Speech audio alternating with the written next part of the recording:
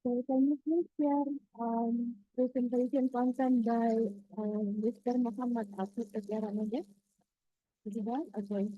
So the first presenter is Muhammad Afif Tegaramadan. The title of presentation is Adaptive Thermal Comfort, a literature review under the theme of reimagining holistic sustainable architectural design.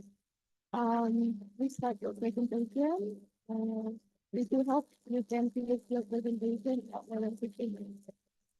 The floor is yours. Thank you. Assalamualaikum warahmatullahi wabarakatuh. Good morning, everyone.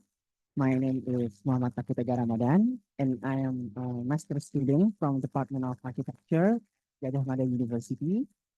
And I'm honored to present our presentation. It's about our paper, Adaptive Thermal Comfort, a literature review. And I did this paper with my esteemed supervisor, Mr. Nidiomuti Imam Shafi'i. Next, please.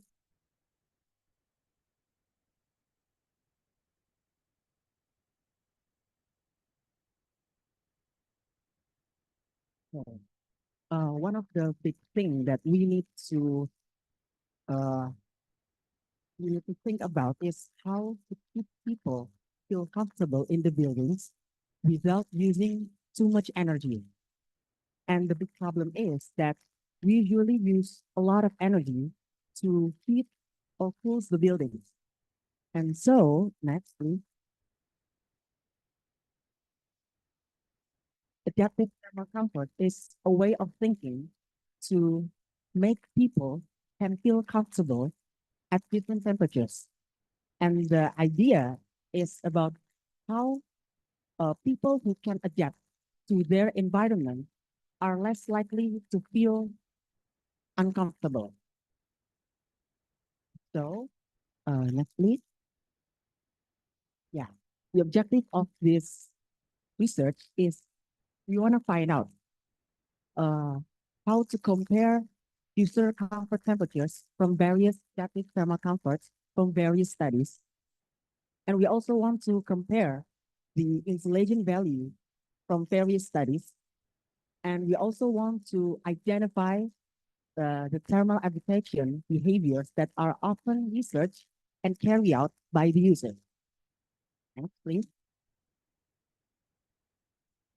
Okay, and this study provides a comprehensive review from 40 studies, and it was filtered by publication years from 2013 to 2024. And the result, next, and this is the result from analysis based on comfortable temperatures, where as you can see in the picture that the highest average comfortable temperature is found in tropical areas compared to other climates. Next.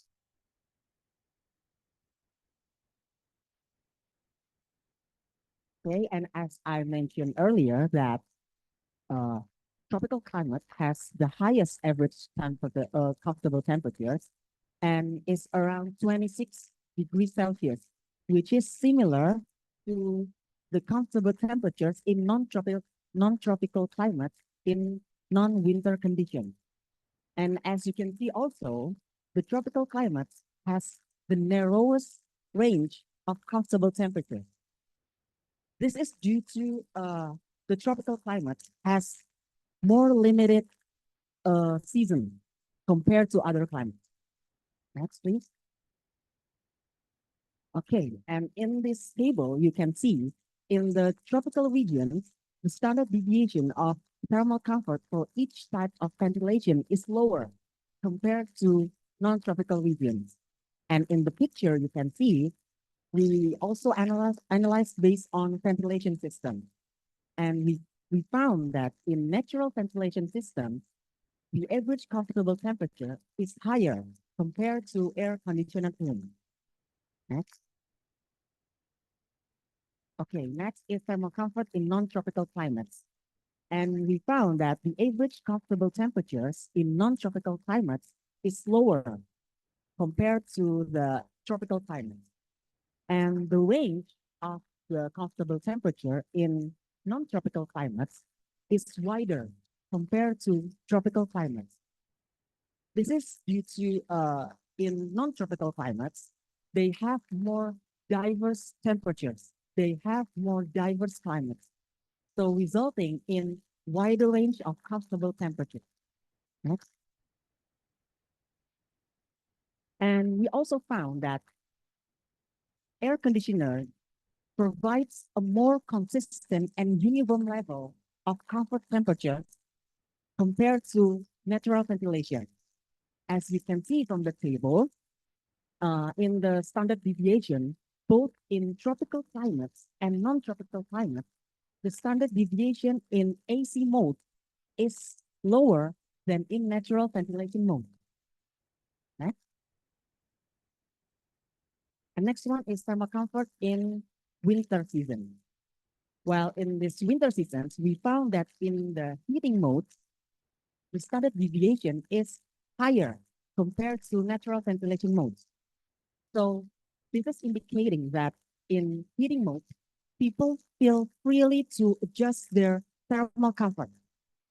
While in natural ventilation mode, they feel like the natural ventilation doesn't help much because the weather is extremely cold.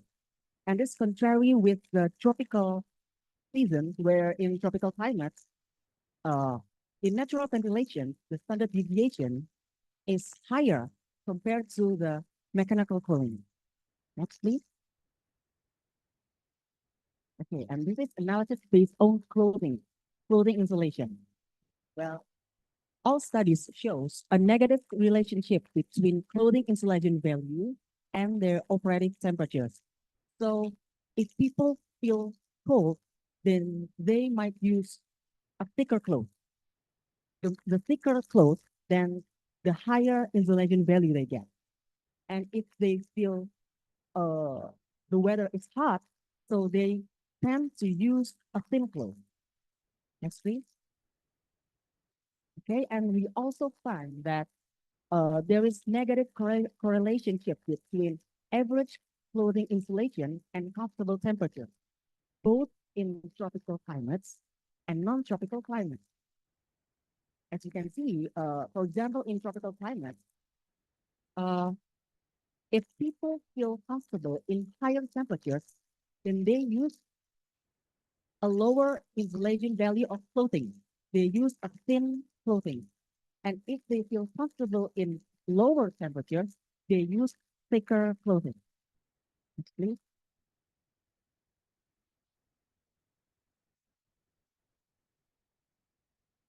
Okay. And this is analysis based on behavioral adaptation. And we found out that the highest average usage of adaptation behavior is found in operating windows. And the second one is using fans. Next, please. So this is indicating that air velocity significantly influence user adaptation to high temperature. Next. And in the context of building with a variety of ventilation features, AC still remains the choice, even though the use and standard deviation in AC using are smaller compared to adaptation using windows and fans. Okay? And so the conclusion is buildings can be designed to be energy efficient by utilizing air velocity and user adaptive behavior, such as opening windows or using fans. And designing regulated buildings like schools and office poses challenges due to clothing choices influenced by room temperature and desired comfort. Next. And researchers and architects should pay attention to thermal comfort in non-tropical areas during winter season, as extreme cold temperatures make users' adaptation more complex. Also, health and cultural consideration of user clothing significantly impact thermal preferences, and adaptive thermal comfort design strategies should prioritize air velocity and energy efficient thermal adaptation.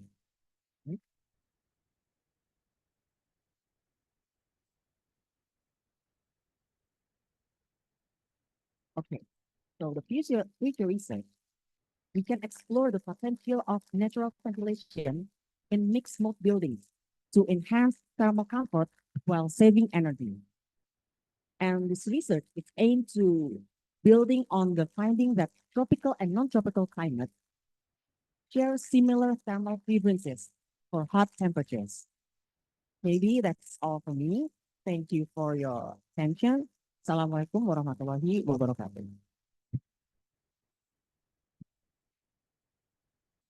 Thank you for the presentation, Bapak Muhammad Afi. Bapak Muhammad Afi Tegara Madam. And welcome to Dr. Odilia Renansias University. So actually the session will be chaired by Dr. Rena. That's why I will invite Dr. Rena to come forward to the briefing.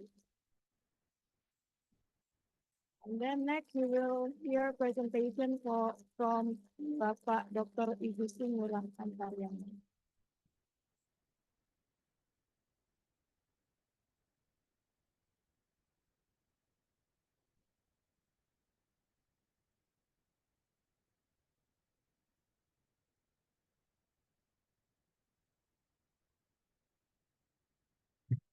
Hello everyone, and thank you very much for Dr. Yani for taking the time to replace me for the first presentation now. My name is Rena, and to not waste any more time, we can go to the second presentation by Igusti Ngurah Antaryana. The floor is yours.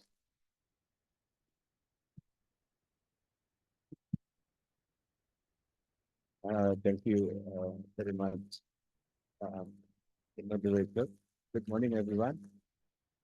Um, yes, today I'm going to present the summary of my work. Actually, this research has been conducted for 3 years right now. So I thought it's a market that I'm building. So, you can about the particular investigation project that are going to be. This is a square model study. And next, please. Yeah, we start with this phenomena. Yeah, we can see that we have a problem in multi-story social housing in India. Recently, ICSS has a research on the topic. The population is coming at the university in Indonesia, university in Pakistan. So the idea is how we approach this kind of phenomenon. The first is the remote solution in the housing unit is not that the one that we expect. I mean, it's not impossible. There are previous research that's been conducted over the years, and you can see that generally the remote comfort is not good. So on the other side of the thermal phenomenon, we have this kind of I call it it's not a beautiful scenery of the part that we can experience from the social housing, but there are many closing are actually attached in the facade. So the idea starts from this condition. Yeah, we try to explore whether we can employ or use of this, uneasy scenery, yeah, in order to take advantage of it. Now we try to use the fabric as a means of, filling the building. So that is the idea. Yeah, next please. Yeah, I think I already mentioned some of the issues there. The first that we have problem with the mountain region, and then quite often that the user or the inhabitant of this building use mechanical means in order to restore the to restore comfort in the building. Some of them can use natural ventilation, I think the previous research team also highlighted this problem. Yeah. And then from the previous research, as I mentioned earlier, we can use the ecologic pillar in order to resolve the building. Yeah, this is a summary of the research previously conducted by researchers, including doctors here. We can see that generally the study of ecological cooling in buildings is conducted by mechanical engineers. Now, we try to explore this kind of method in order, again, to promote comfortable environment out in the unit. So the idea is to try to apply this method in a real building. But in the early step, we try to use a skill model and go to you apply this kind of strategy. Next, please. The key solution that will be a set for this research is the first that the housing unit will employ a populated cooler with different cooling taps density. Yeah. And then the second one, the second is combination of a cooling strategy, which is the natural ventilation, and the other one is the evaporative cooling. This is suggested by the previous research for. We understand that we use the evaporative cooling, there is a tendency that the relative humidity will increase in fact. I think it's a very related consequence of having evaporative cooling. Yeah. So, on the other hand, the previous research also promotes that we use natural ventilation that we, we put with that higher relative humidity. Yeah, that's why the setting for the present study is combination of two between natural ventilation and direct ventilation. Yes, next please. Yeah, this is the unit that we use for example the bicycle and housing unit in Surabaya. We have that scale model. The model is 1/5, and we have the this cooling pack.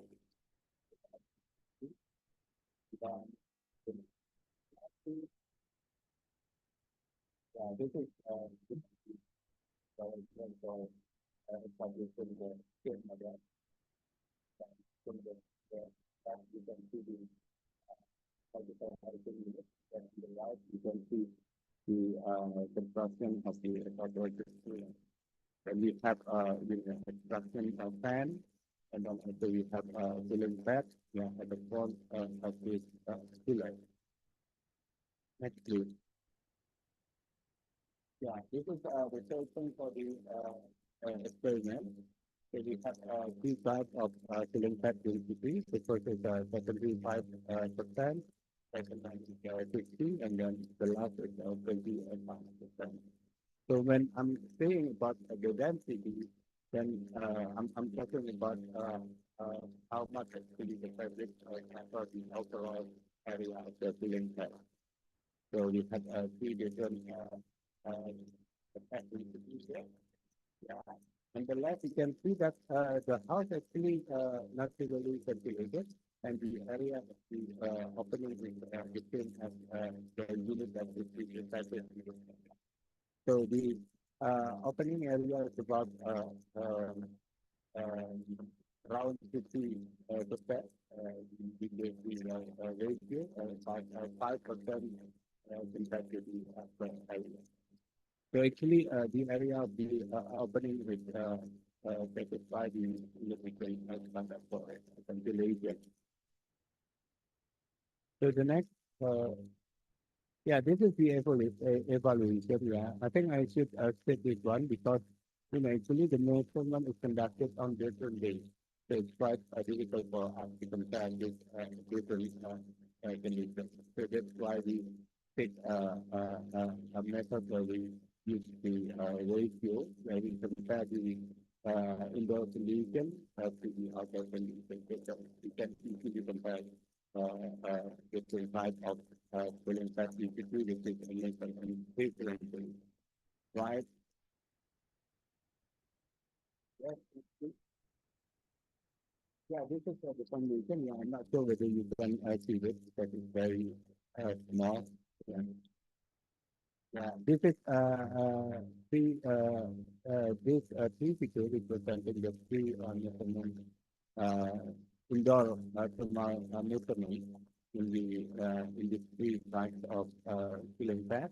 You can see that the situation within indoor condition, outdoor condition, the indoor temperature and indoor velocity is almost similar. We can see here. Right? What only small differences between different types of feeling like here. Yeah, we can only notice that some increase in temperature, especially during the day, but from the morning up to noon, a very slight increase, and I assume that is due to a greater increase in air temperature. Yeah, here from this histogram, I would like to show you that actually during the measurement there are different conditions that we actually face. That's why I'm going to show you that that's why we use the ratio that we proper temperature comparison. Yeah, the next slide please. Yeah, this is the result when we comparing the indoor thermal condition with the outdoor, when we got the ratio, when we have the ratio 1 meaning that the indoor is the same the outdoor condition, and then the value less than 1 meaning the indoor condition is lower. Of course, the higher value than 1 meaning that the indoor condition is higher.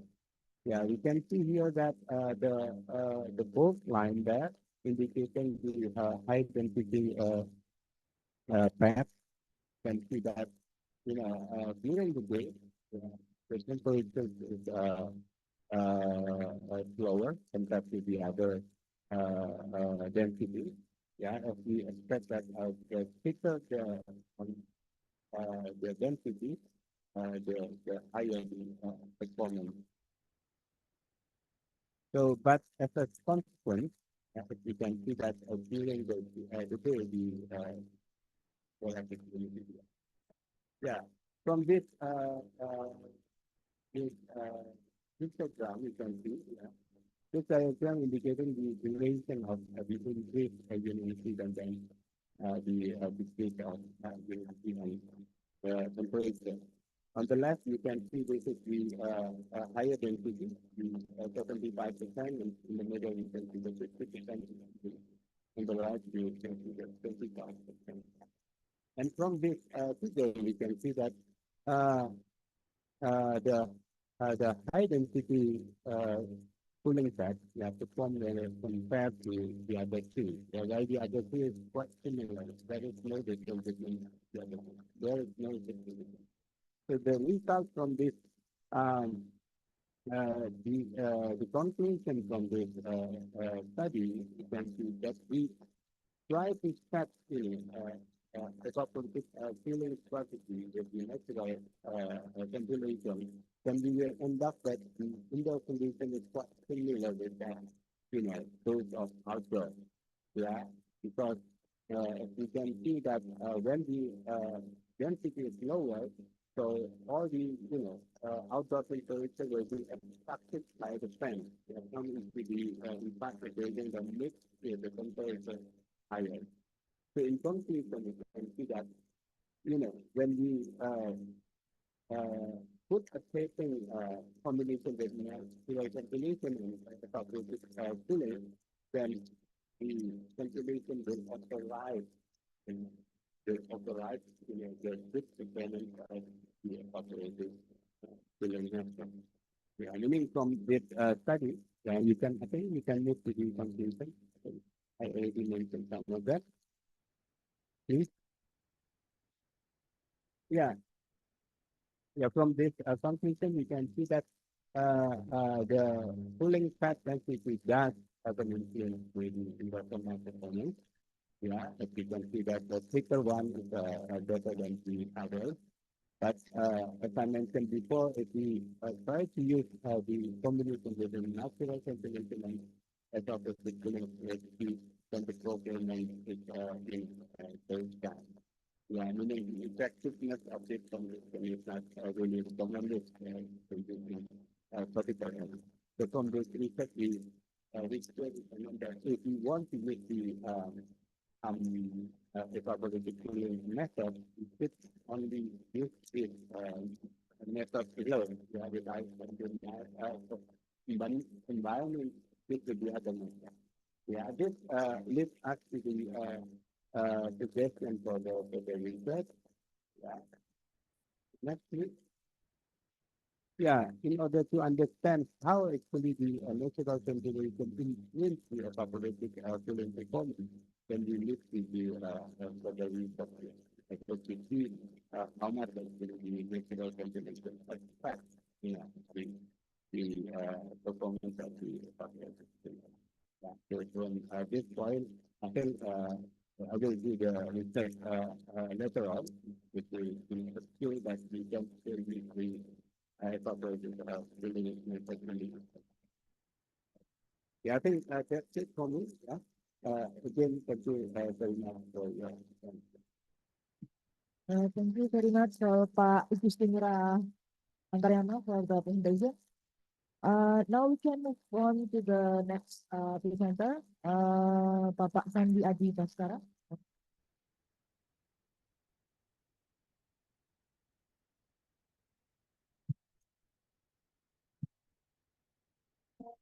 Yeah, so I think we can start with the discussion or question and answer part before we go to the next conversation. So I give the time to the audience to ask or to deliver the points that they want to discuss about the two presentations that we have in the morning by Bapak Muhammad Afi Tegar and Bapak Igusti Ngurah Antaryana.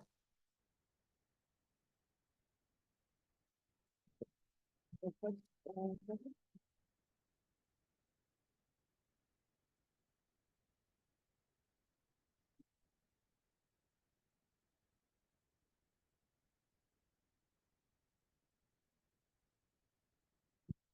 Okay, thank you for time.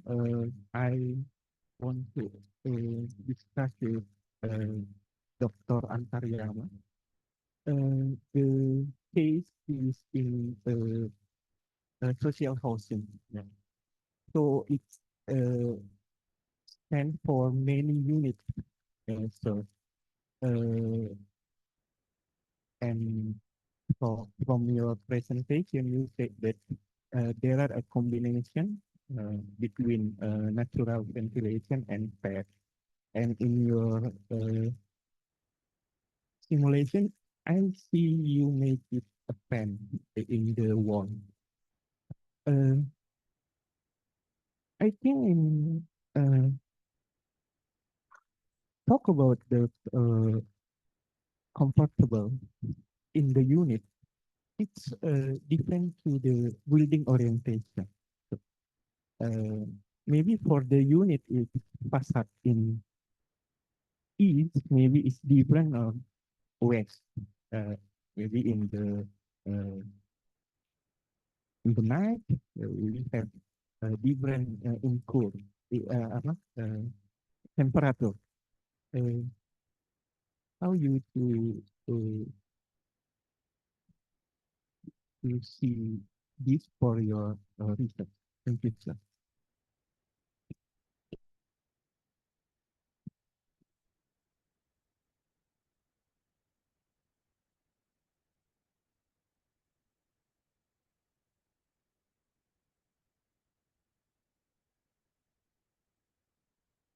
Thank you for the question. Now I give the chance for Dr. Igusti Ngurah Antaryana to answer that question. Yeah, thank you very much for the question. I think this one is important, of course, when we are talking about irrigation. Since the study focus on the performance of the evaporative cooler, then we do not actually take that orientation as important part of the study. Yeah. We try to concentrate on the performance of the evaporative cooler. Of course, if we since we already taken the performance will be different. Yeah, for your information, the model here is directed towards north. Yeah, sorry, towards east. So it's phase east orientation. Is this. Yeah. Yeah, of course, later we can do, a different experiment in order to see whether the orientation have a bigger influence on the publicity. Yeah, on skin of the Thank you very much, Dr. Igusti Ngurah Antaryana, for the answer. I think we will have one more question, and if we have more time later, we can of course have more questions for the presenter 1 and 2 as well.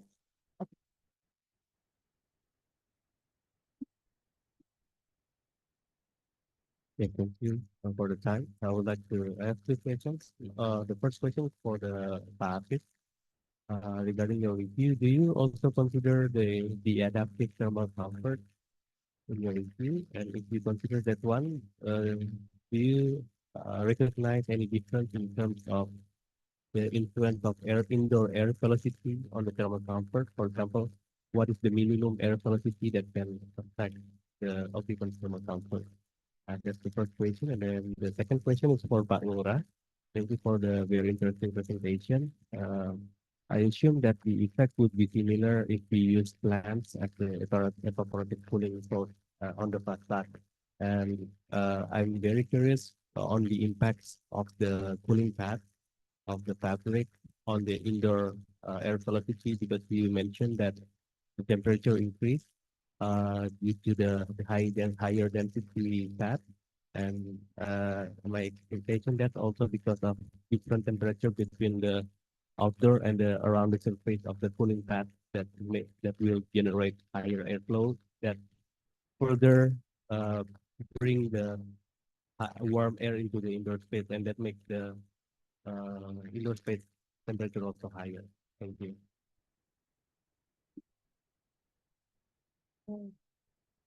Uh, Papa Afi, I think you can answer the first question before we move on to Dr. Igusti Ngurah. Thank you for the question.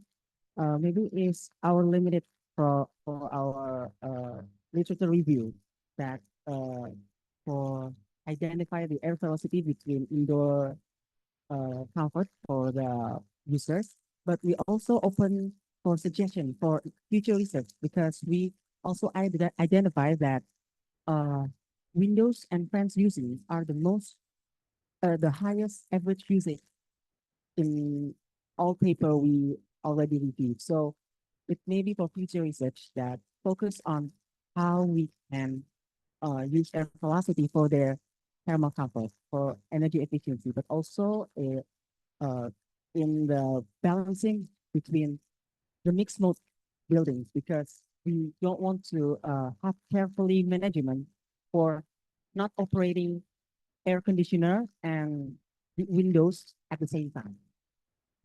Thank you for the question. Thank you very much for the answer. Now the floor is for Dr. Igusti Ngurah Antaryana to answer the second question. Thank you. Thank you very much. Thank you, Pak Andang. So for your information, the model have two different openings. Yeah, in lab. One is only an opening, so where the air will flow naturally, and the other one on the evaporative cooler, we have the other opening, smaller one, of course, and then it is with the extraction fan. Yeah. So due to this fan, then actually the airflow inside the unit is increased. Yeah, sometimes when we measure it more than 1 meter per second, we find the unit. So for, improving the indoor condition actually, we can use this, we can take advantage of this velocity. But because we, keeping extracting, warm air inside the building, then there will be a balance between inside and outside. Yeah, that's why then natural ventilation can override the effectiveness of the yeah. Thank you very much. Yeah. Thank you very much for both presenters and the audiences for the question. I think to make sure that everyone has enough time to present and get discussion, I think we can move on to the next two presenters. Thank you so much for Bapak Afi Tegar and Dr. Igusti Ngurah Antaryana for the interesting session. Bapak Sandi Adi Baskara.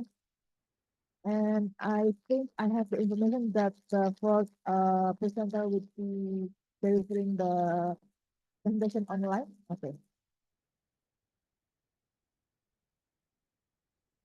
Um, and for the fourth presenters, the video of the presentation is going to be played by the committee, right? Okay. So I think without further ado, we can start with two presentation. And we can start with Bapak Sandi Adi Baskara. Thank you so much. The floor is yours. Okay, thank you for the occasion. This morning I will present our work with you on soundproof ventilation technique, which is a study on ventilation and acoustic performance. I'm Sandian Baskara and we are from the PPIP at Angli Center Indonesia. Next, please. Okay, opening the window could be done to improve indoor air quality. We know that. But when we open the window, the noise also enters the room. So it's a problem, and soundproof ventilation techniques could be a solution for this problem. It lets the ventilation, but it decreases the noise from the outdoor. At least there are three typical soundproof ventilation: noise silencer window, dining window, and acoustic level. We have claim performance of acoustic, but for the ventilation is very limited.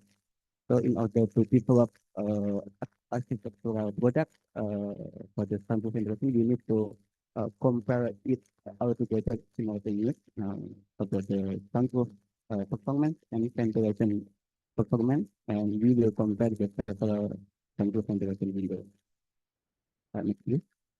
Okay, let's see the concept of the soundproof ventilation. The piano window and acoustic louvers basically have the same concept. It let the ventilation or airflow occurs through the window, but it reflects the acoustic and acoustic noise from the outdoor. But for the noise silencer, it let the air to flow through the tube, but itself will absorb by a mechanism called resonance, uh, and it will decrease the acoustic noise. And this noise silencer could be incorporated to the window as well, so you can call it a noise silencer window. And the typical feature of the plain window and acoustic louver is it has a higher opening area compared to the noise silencer, as you can see in the upper sample silencer window. Next, please. Okay, and this is the first step of our research is comparing the noise silencer technique. So we use the tunnel. Basically, it is a numerical simulation. We use panel and the tuber area. We have four scenarios: acoustic black hole, one design, Asakura design, and flutter wave. The first three has two types of scenario. The first one is the basic scenario, and the right side is a modified scenario. And for the quarter wave, we have six scenario. Basically, we add a serial and parallel form on it. Next, please. And it is the second step of the simulation. So from the previous simulation, we will get the best noise silencer technique, and we will design it and incorporate it to the noise silencer window.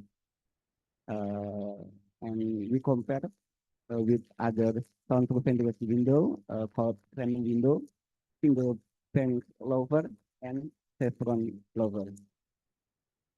Next, please. And this is the setting of our simulation. For the ventilation, we use ST Flow. It is a CFD software.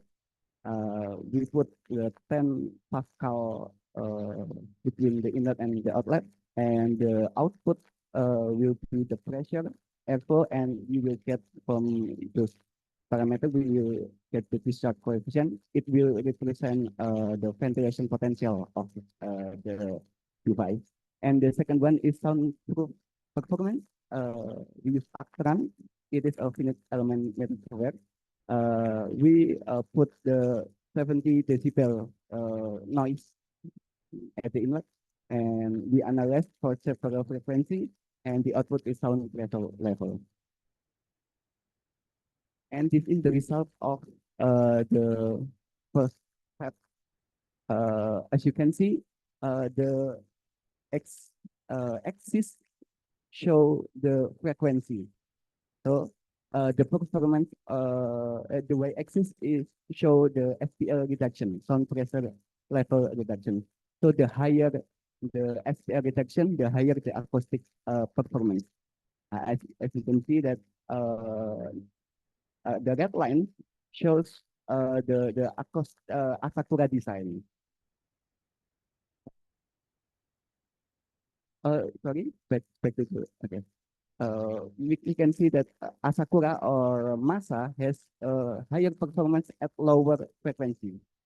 One of this example of the lower frequency is the outdoor air conditioning noise or excavator noise, several construction noise. And the second one is MSQ W, which is a quarter wave technique, has a higher performance at 1000 frequency noise. So it represents the traffic noise. So from here, we can see that every technique has their unique performance for the acoustic. Next, please. And from the previous simulation, we can see that Asakura has a higher performance actually. And we use the Asakura and design 6 cells, like you can see at the upper left. And from the formula, we can design as shown at the table. So we adjust the length, the width, and the height, and then we get the target frequency, and at this frequency, the cell will absorb the acoustic noise. Next. So this is the result of the second step. The noise silencer has the higher performance shown at the purple solid line, and it has several spikes. It represents itself, the 6 cells that we have designed earlier. And the plenum window, the second one is the plenum window, represented with the green solid line. It has a higher performance at around 1000 frequency. Again, it represents the traffic noise. But for the single bank lower and chevron lower, it has a lower acoustic performance. Next, please. And this is the summary of the performance. We can see the right graph show the acoustic performance, but the left side show the ventilation performance. As you can see that noise silencer has very high noise insulation performance, but it keeps very low ventilation performance since the opening area very small. But for the single bank loafer or chevron loafer, it has a higher ventilation. Uh, if I'm not mistaken, the top hung or hinge top hung window has 0.3 uh, discharge coefficient. So chevron loafer and single bank loafer has the same performance with hinge window. And from this, we can give suggestion that we can add fans in the, let's say, noise silencer and fan window to enhance the ventilation performance while maintain the acoustic performance. Or for chevron loafer and single loafer, we can add the absorbent surface absorbent material for acoustic to increase the acoustic performance. So we get the overall sound through ventilation higher performance. I think so. We come to the conclusion. Okay, so the ventilation and acoustic performance basically found to be inversely linear with inversely linear performance.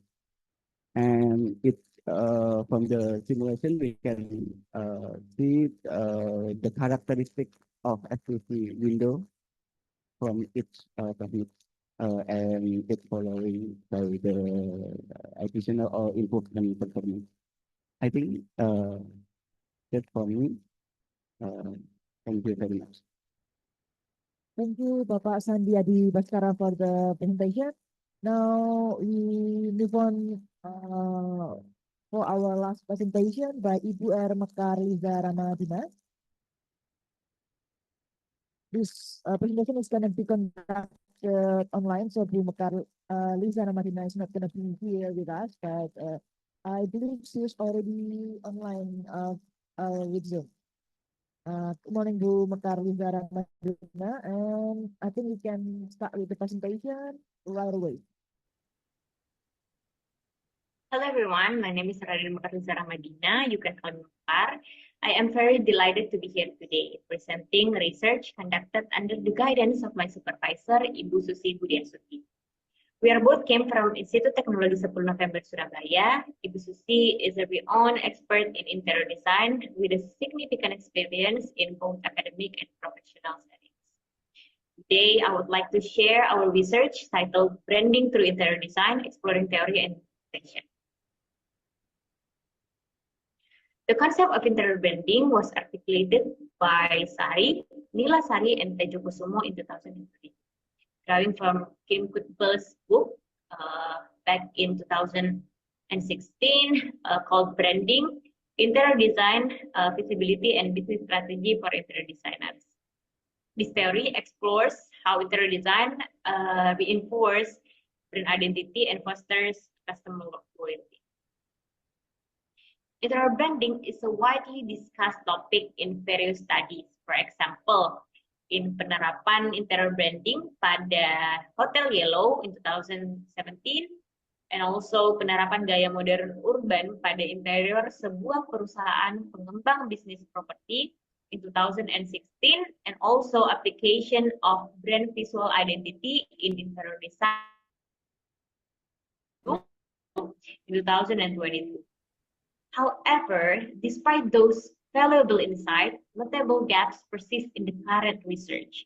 Aspects such as vision, story, and energy that are actually built the interior branding theory itself are often only briefly mentioned.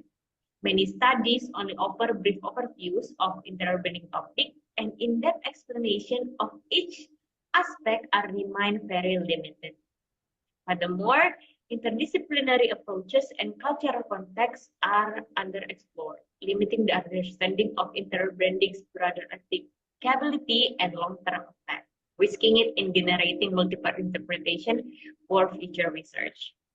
For that, our research aims to address these gaps by providing a more comprehensive explanation of each aspect that shapes interior branding. This detailed understanding is very crucial for developing the concept across various contexts and cultures. And it will hopefully also assist design practitioners in implementing the interior branding concept itself more effectively.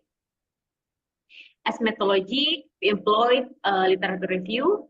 The sources for literature review are confined within the realms of interior design and architecture to ensure the terms are utilized as intended. And the key source include basic interior theory books by Andi Awicaksono and various journals or articles related to design and architecture. Interior branding aligns brand identity through physical spaces, creating an environment that benefits employees and customers. According to Sweet, a well-branded interiors can significantly impact a company's culture. Imani and Shishebori argue that branding in interior design can be more impactful than other branding methods. According to Sari, Nila Sari, and Tejo Kusumo in 2022, Kim Kutbal stated that the application of branding in interior design will be most effective when the three aspects of interior branding are applied in balanced manner. The first aspect is a clear vision that relates to the clarity of company's identity and its mission or goals. That consists of a logo, signage, area divider, space organization, and furniture arrangement.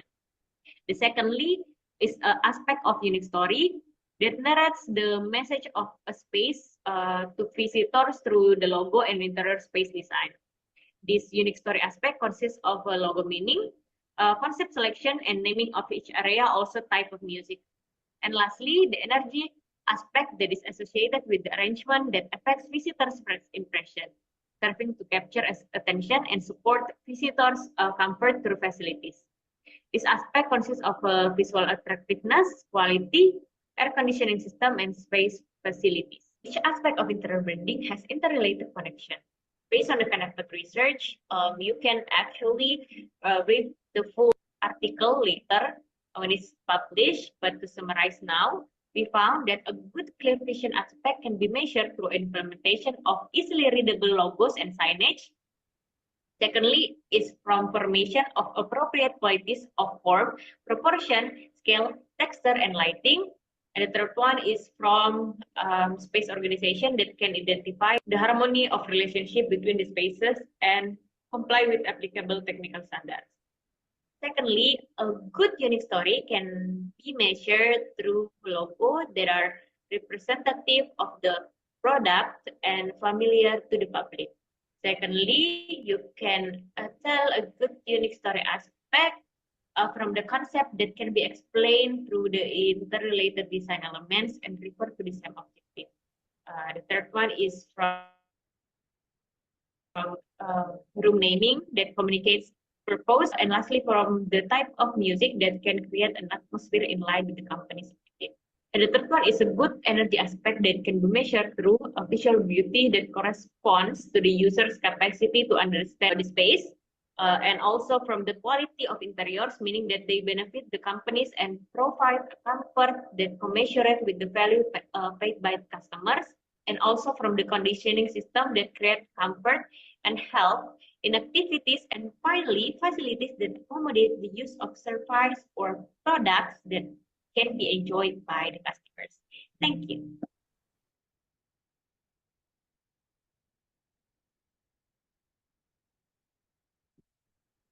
Okay, thank you for Bu Mekar for the presentation. Now I will open two questions for first two questions for our two presenters, Bapak Sandi Adi Baskara and Bu Mekar. The audiences who have questions or any subject to discuss or points, feel free to raise your hand and deliver your question or discussion point. Thank you.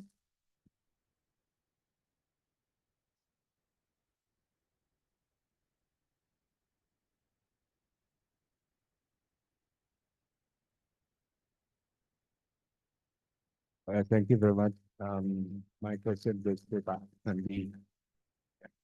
I think it's very interesting research where we can use it in different type of building. Of course, But actually, I'm curious whether there's some recommendation that you already put, yeah, what type of building actually can benefit from this result. But as I noticed that if you use the noise silencer, so the SPL can be, is that 40 something? Yeah.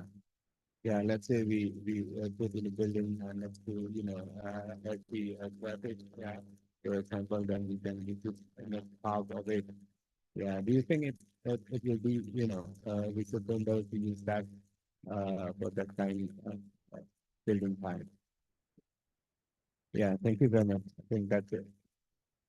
Thank you, Dr. Igustimura Antariama for the question. Now I hope Bapak Sandi can answer right away for the question. Yes. For complete, can please open the slide again? Maybe for the conclusion of the meeting. I think it is very depend on the uh, function, room function. Uh, but in my mind is the landed house that it is located next to the highway road. It's very noisy. So we very well know very well the frequency, the target frequency to be targeted, and the previous slide, please. Two previous slides. Okay.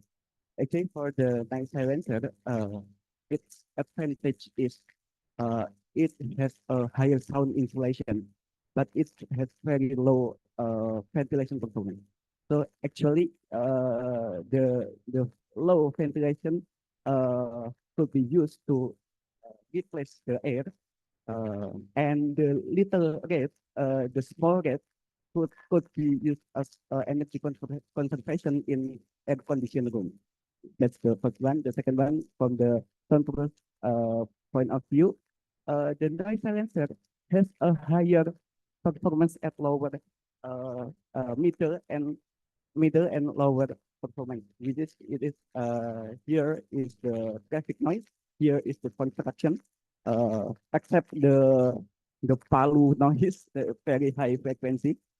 So it is suitable for the landed house, maybe, or other building that located next to the highway road.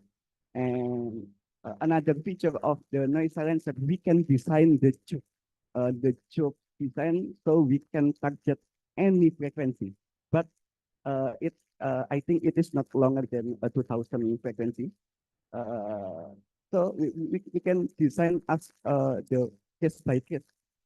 So when it is near highway road noise, so we can target this. So we will adjust in the length, the depth of the cell. And the trick is to spread the target frequency. The spike here has very high reduction, as you can see. So we can move here, and they have a greater sound growth, sound growth performance. Another suggestion maybe for the high-rise building, we can design a soundproof ventilation plenum, maybe plenum window that the opening will form like this. So the noise from the downside road will reflect it back down, and we still could benefit from the high airspeed, because the higher they have the higher airspeed, so the ventilation is higher. It will improve the airspeed and thermal comfort maybe. And so basically it's very depend on the case, and I think that's from my opinion. Thank you, Bapak Sandi Adi Baskara, for the comprehensive answer. Now, for the second question, before we go to the comprehensive discussion session for all the presenters. Next question. Oh,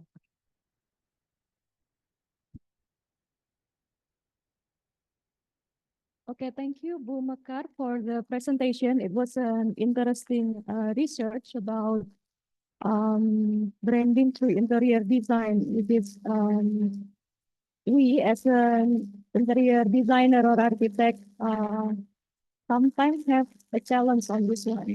Perhaps you can share with us any challenges or difficulties while when you did your research so that we can further continue your research later on. Thank you so much. thank you for the question. Now, the floor is for Bu Mekar to answer the question. Okay, thank you for the question. So maybe the difficulties that we face while implementing the branding through interior or maybe design in general is so they have this pyramid like the stages that we have to implement before um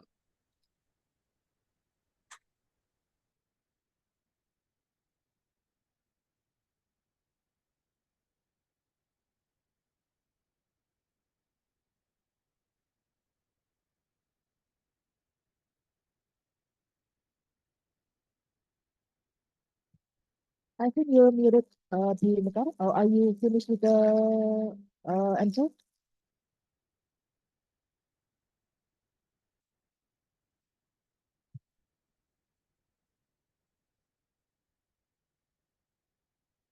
We are still waiting for Bu Mekar to maybe finish the answer first.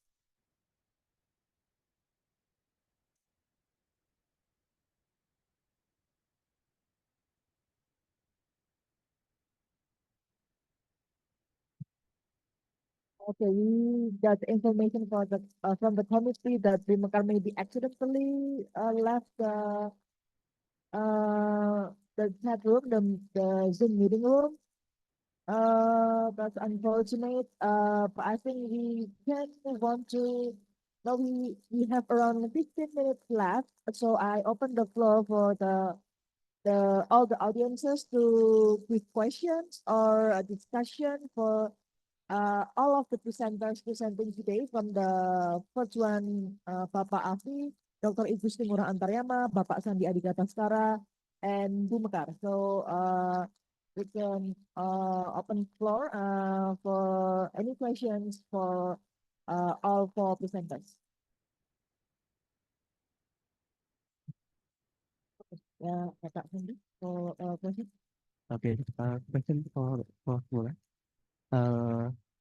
Recently I have a idea with my team to increase thermal comfort through the natural ventilation technique. But our idea is to lowering the humidity. So something that we can put in the facade. But as we know that in tropical country, we have the higher outer humidity. So you have your research related to evaporative cooling. Uh, do you have an idea to my idea is like put something like silica gel or something uh, like a facade or loafer or something that they have very tight opening, very tight from away and of course. Do you have what do you think? Is it okay to lowering the humidity and at the same time increasing the thermal comfort? Uh, Compared to the increasing thermal comfort by evaporative cooling. Thank you. Thank you very much for the question. The time is now for Dr. Igusti Ngurah Antaryama to answer the question.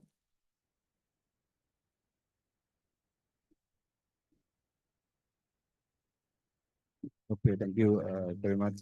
I think it is possible to use the humidity if we,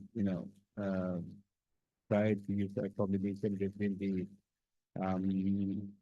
direct, evaporative filler, because we have a exchanger in order to reduce the outer relative humidity before, the air entering the unit. Yeah, I think we can use that. The other strategy, we can also use the humidifier. Yeah, in order to reduce the humidity. But the last two mentioned strategy will, you know, will consume more energy compared to the direct evaporative cooling. So if we want to implement the direct evaporative cooling in the building, I would recommend to use this kind of strategy during the daytime, because the daytime normally we have a very low humidity. Yeah, it's around 50, while if we use the evaporative cooling, the humidity will increase up to 70 or 75. Yeah, more or less the average humidity.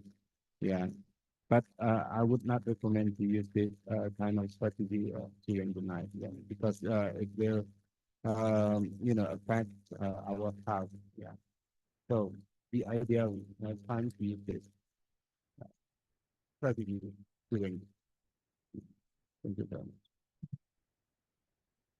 Thank you, Dr. Ivis Andriana for the answer.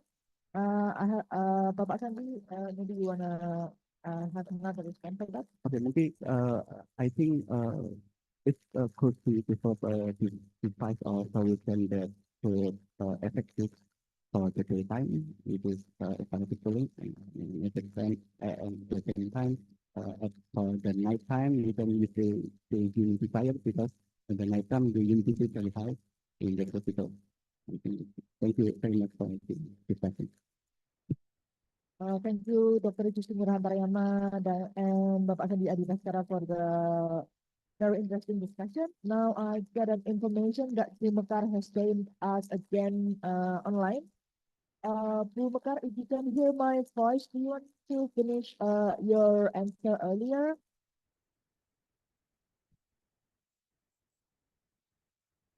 Can you come here with comments for us?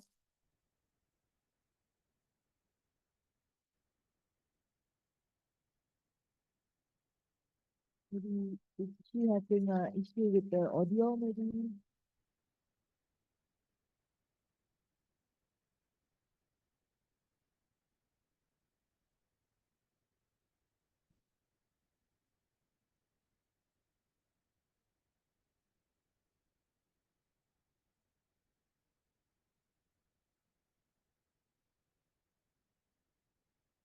Okay, I think Bu Mekar is still having an issue with the connection.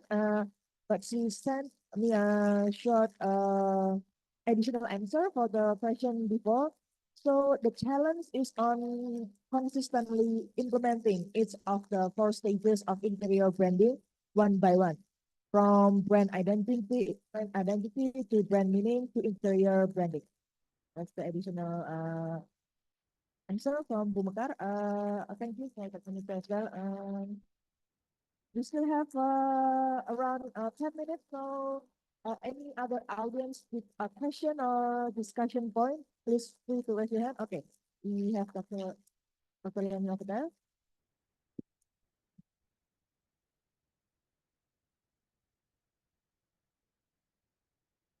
Okay, thank you, Dr. Rena.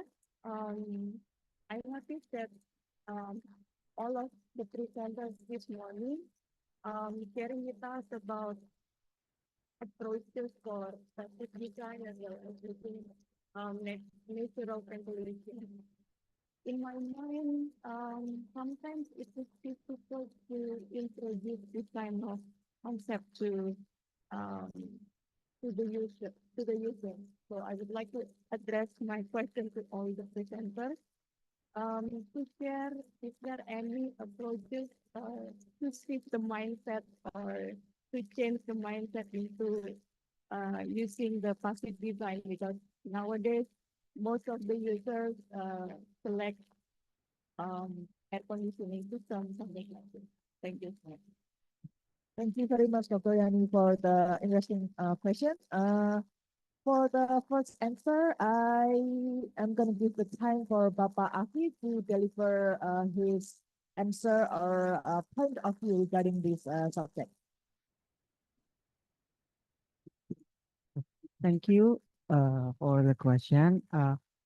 In my literature review, we also find that some users in the school buildings, in the typology of schools, maybe because the student feel unresponsible to paying the electricity, so they feel want to use air conditioner without being responsible, and so it causes energy of waste because of that. So this is the challenge for the users, especially in like maybe students. In my research, we found that the student, if they feel like warm, so they just turning on AC and then they don't care about how much pay for the electricity.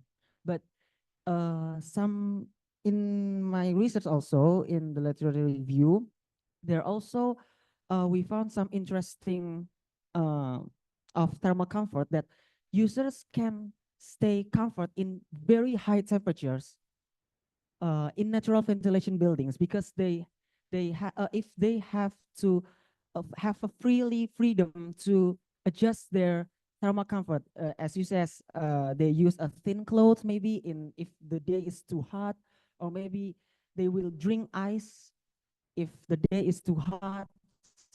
So I think the best is to give them a free way to they can adapt to their environments. So that's why in my conclusion, there is a challenges if the building has a regulated uniform in like office or schools, that if the clothing is not meet the standard of comfort, it may cause discomfort and they will use more AC unresponsible. Maybe it's from my founding in my research. Thank you for the question. Thank you, Bapak Afi, for the answer. Now, the time is for Dr. Igusti Ngurah Taryama to deliver your opinion on regarding this matter.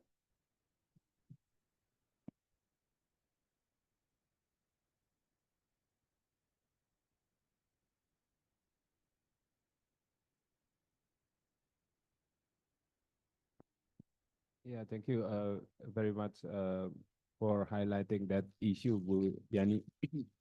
I think it's quite the fundamental thing to questioning that kind of phenomenon.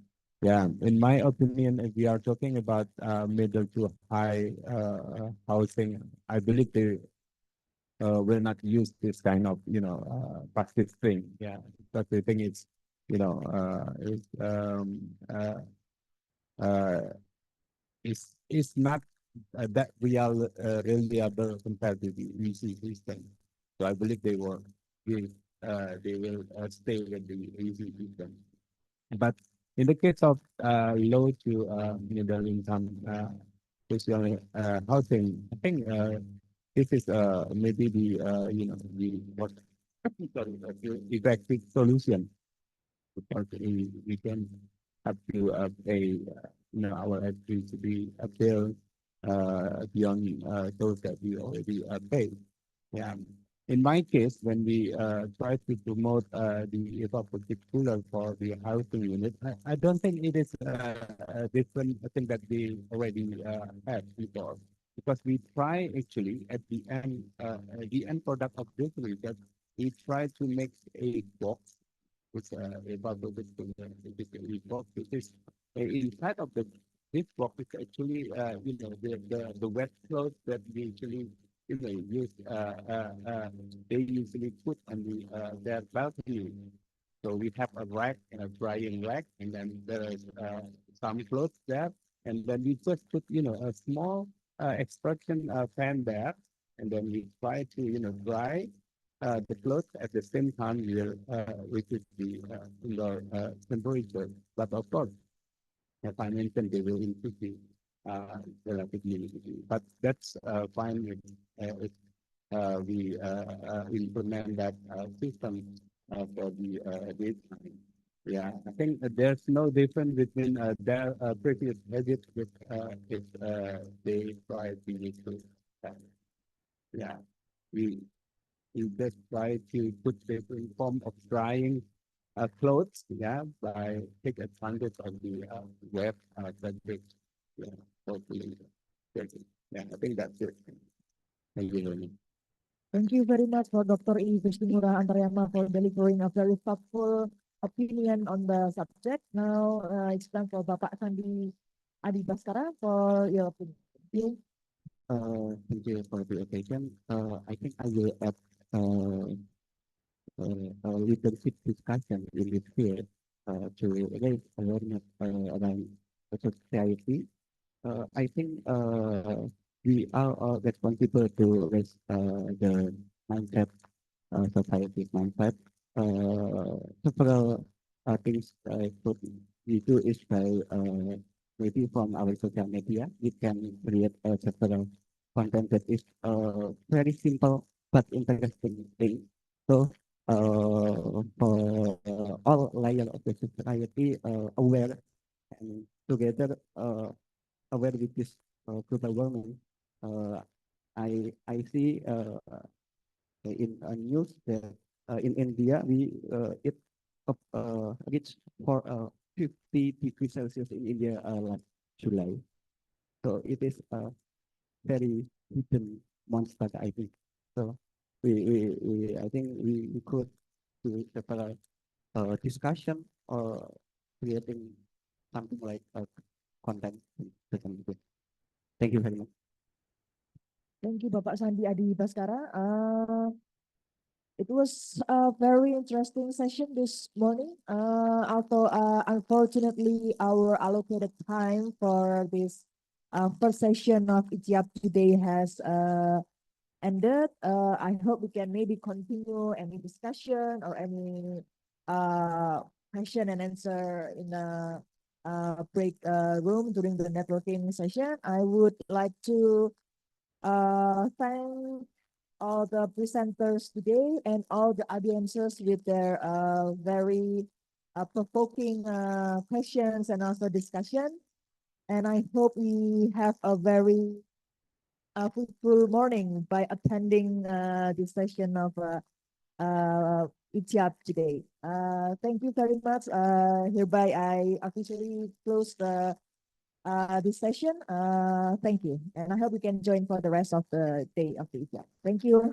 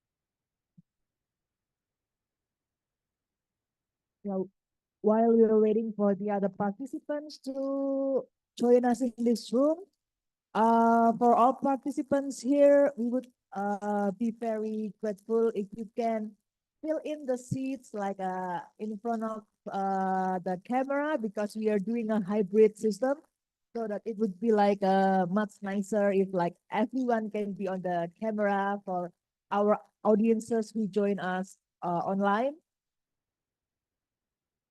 These two rows are our VIP actually. So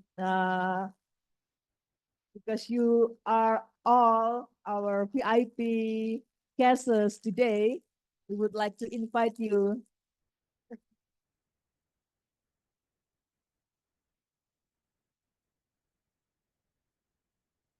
And thank you very much for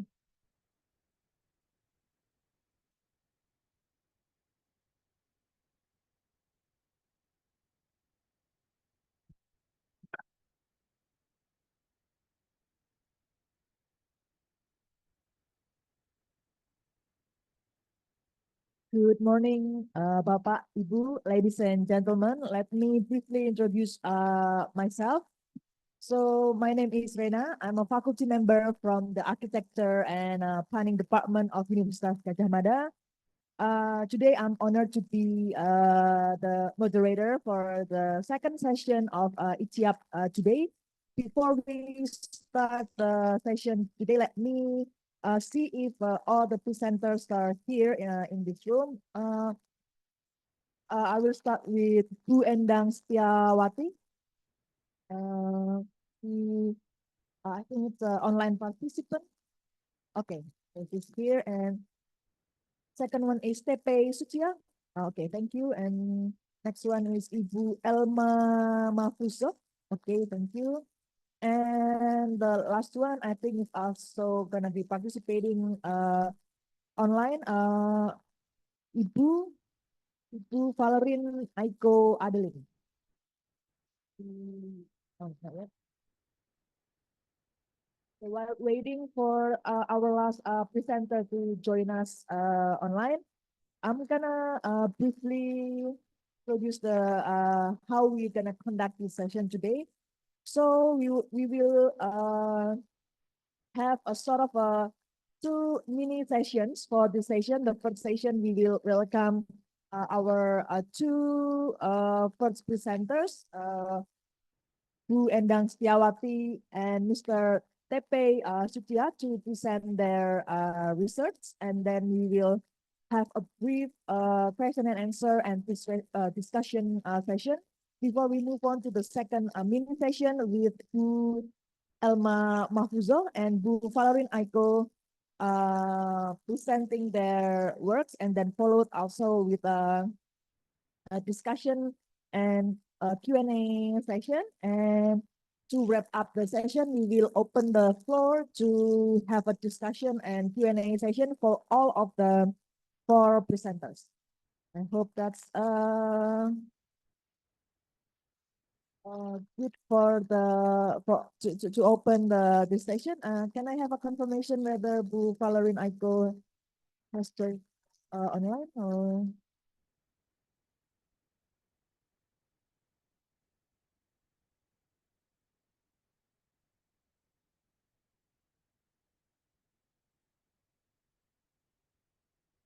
So unfortunately, I think Bu Valerin Aiko is not gonna join us today.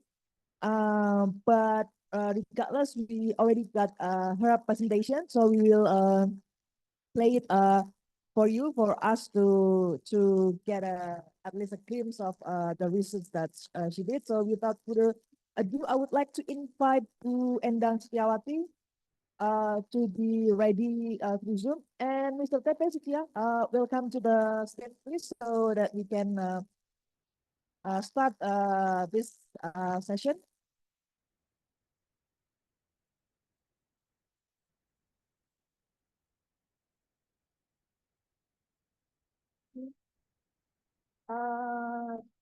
Since the first presenter is Bu Endang Setiawati and she's joining us online, I would like to ask for the committee to play for the presentation, and please let us see and watch the presentation that's been prepared by Bu Endang Setiawati.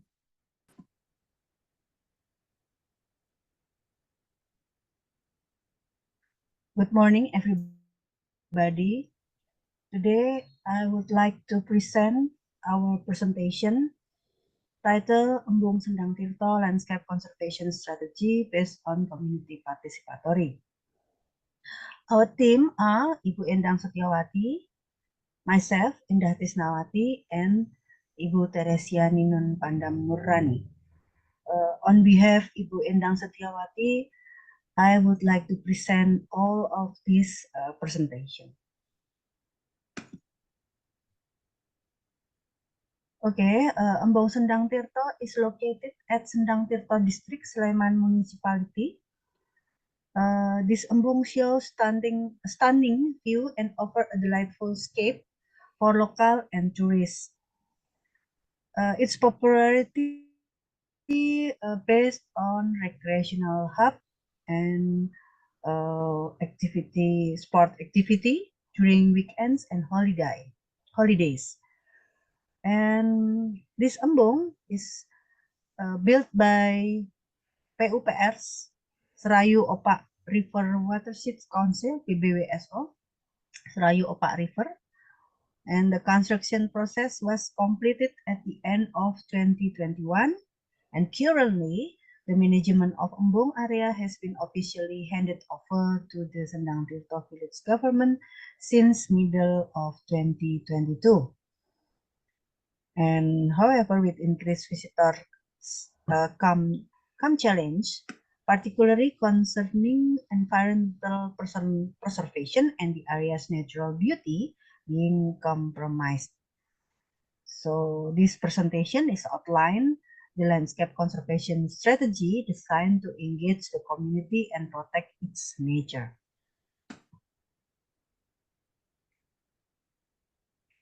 The tourism potential of Embung Sendang Tirto, recognized by the relaxation and recreation spot charm lies in its picturesque surrounding, which has become increasingly popular in social media platforms, and also a growing trend signifies a robust opportunity for economic growth through tourism, and this is benefiting the local community.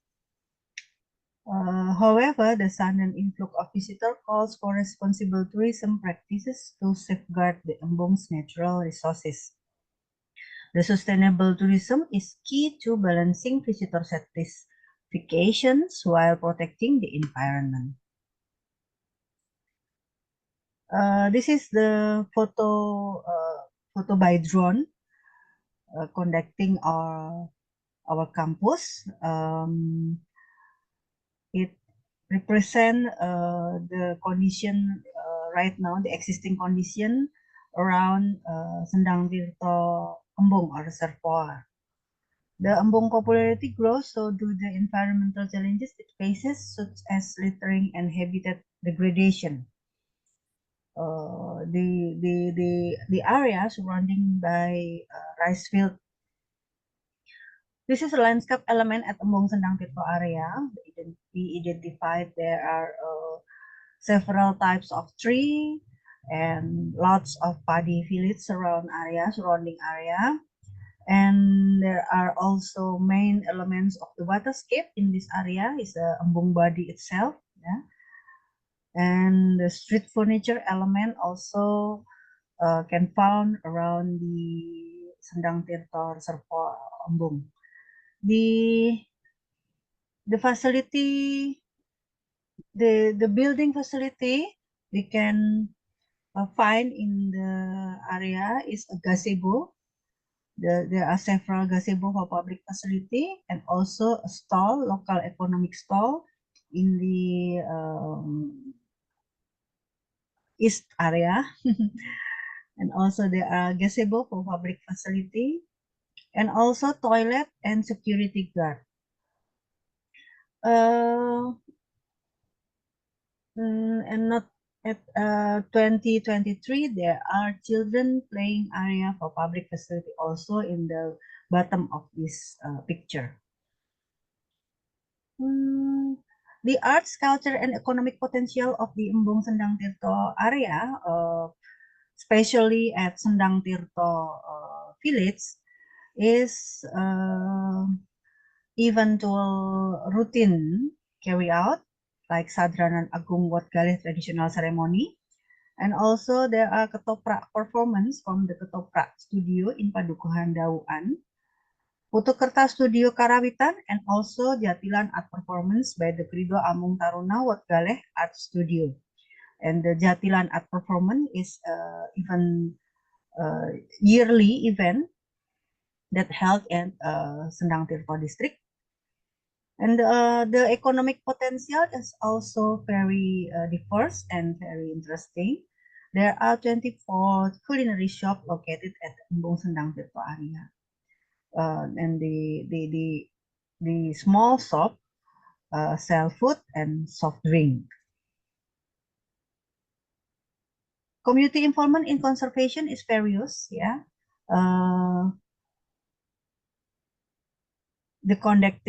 The sustainability strategy by involving the community and Sendang Tirto village staff was carried out at the participatory survey stage, focus group discussion to agree on the survey result, and also FGD focus group discussion to agree on the proposed sustainability strategies applied to the proposed regional planning master plan. The picture at the right of this slide, you can see the various participants from the community itself and also the village staff, the kalurahan. In this picture, we can see Pak Lurah with a batik clothes. Yeah, also all of the community discussing about the proposed master plan. So collaboration among community members can foster stronger ties and commitment to protecting their shared resources. Involving the community is crucial for the success of conservation efforts and sustainable tourism initiative. This is our strategy for conservation strategy at Embong Sendang Tirto area. First is sustainable water management.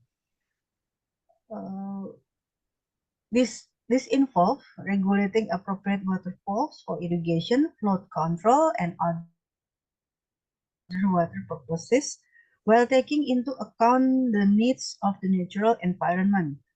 This has worked well with the management cooperation between BBWSO Yogyakarta, PUPR, Municipal of Public Works, and also staff kelurahan, village staff of Sendang Tirto. Secondly is management and maintenance of the building and area.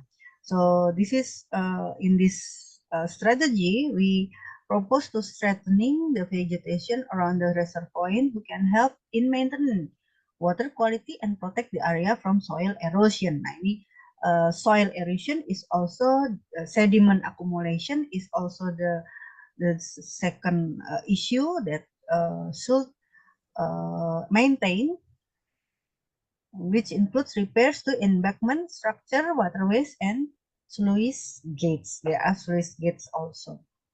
So this is a strategy to management sediment, includes sedimentation control, erosion control, and maintenance of vegetation in infiltration area.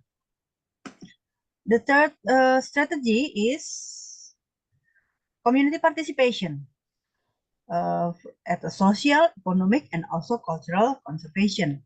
Involving local communities in Embong's management process can be done through counseling, training, and community organizing to support the maintenance and management of the reservoir. So, through the provision of UMKM stall, the kiosk, the surrounding community will able to contribute to the sustainability of the reservoir and its area. And the fourth strategy is Embong Sendang Tirto's ecological tourism planning area by considering landscape, social, economic, and cultural sustainability. Designing a children's play area as an activity magnet, a culinary area as a support while improving the community's economy, as well as the development of cultural art activities and green space in Longan Garden.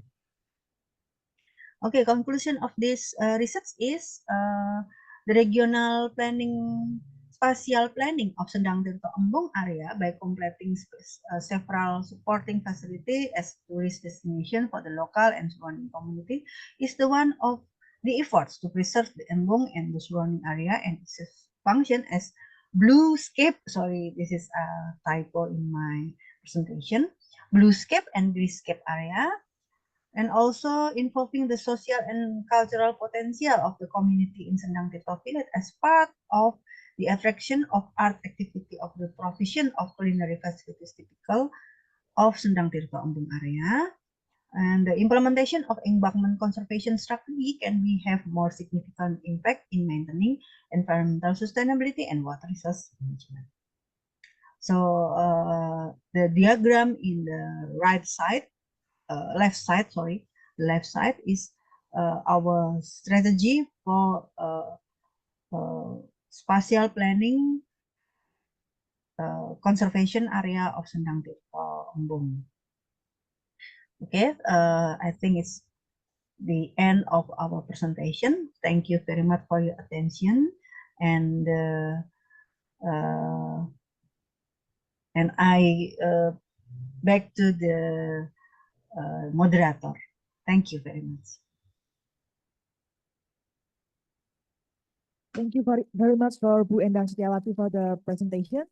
Now we will move on to Mr. Tepe Sucia to present his work. And for each presenter, we have allocated time of 12 minutes for the presentation. The floor and time is yours.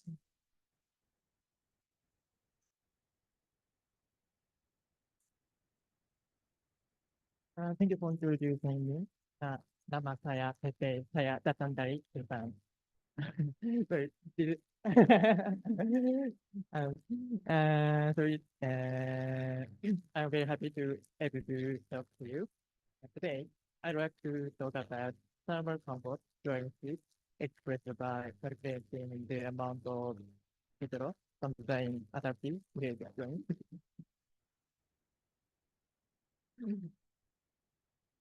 my presentation consists of three parts. First, I would like to address the current issue of thermal comfort during sleep in hot and humid regions. Secondly, I will address my research hypothesis and experimental design. Finally, I will show you the key points of this study. Cold or hot discomfort occurred in similar environments. Let's start by discussing the research background. In the diagram below, you can see the projected demand for air conditioning equipment worldwide after the year 2050. The x-axis shows the year and y-axis represents the number of AC units. It's common knowledge that the rising air conditioning usage is influenced by global warming and economic growth, especially in hot and humid areas like India and Indonesia. Therefore, we believe that conserving energy while using AC is important. Most energy in home is consumed at night, mainly by cooling equipment. In this graph shows the yearly energy consumption in Malaysia. In Malaysia, cooling equipment accounts for 1/3 of yearly energy consumption. And in China, peak AC usage is from 9 p.m. to 1 a.m. And in India, AC is run for an average 6.2 hours during sleep time. Generally, ACs are used for during sleep hours in big cities. However, There is limited knowledge of thermal comfort during sleep when using AC. This chart shows the thermal sensation during sleep in Surabaya and Kuala Lumpur. The x-axis represents thermal sensation, and y-axis represents the percentage. Most of people feel cold during sleep despite of using AC, and almost 50% get AC set point less than 20 degrees Celsius while they are using a lot of comforters. We believe there are opportunities to improve energy efficiency and enhance comfort during sleep. From this study, we aim to determine comfortable sleeping conditions in Indonesia in terms of environmental cooling power and better closely thermal insulation power. To determine comfortable sleeping conditions, we consider of both temperature fluctuation during sleep in the bedroom and thermal adaptive behavior.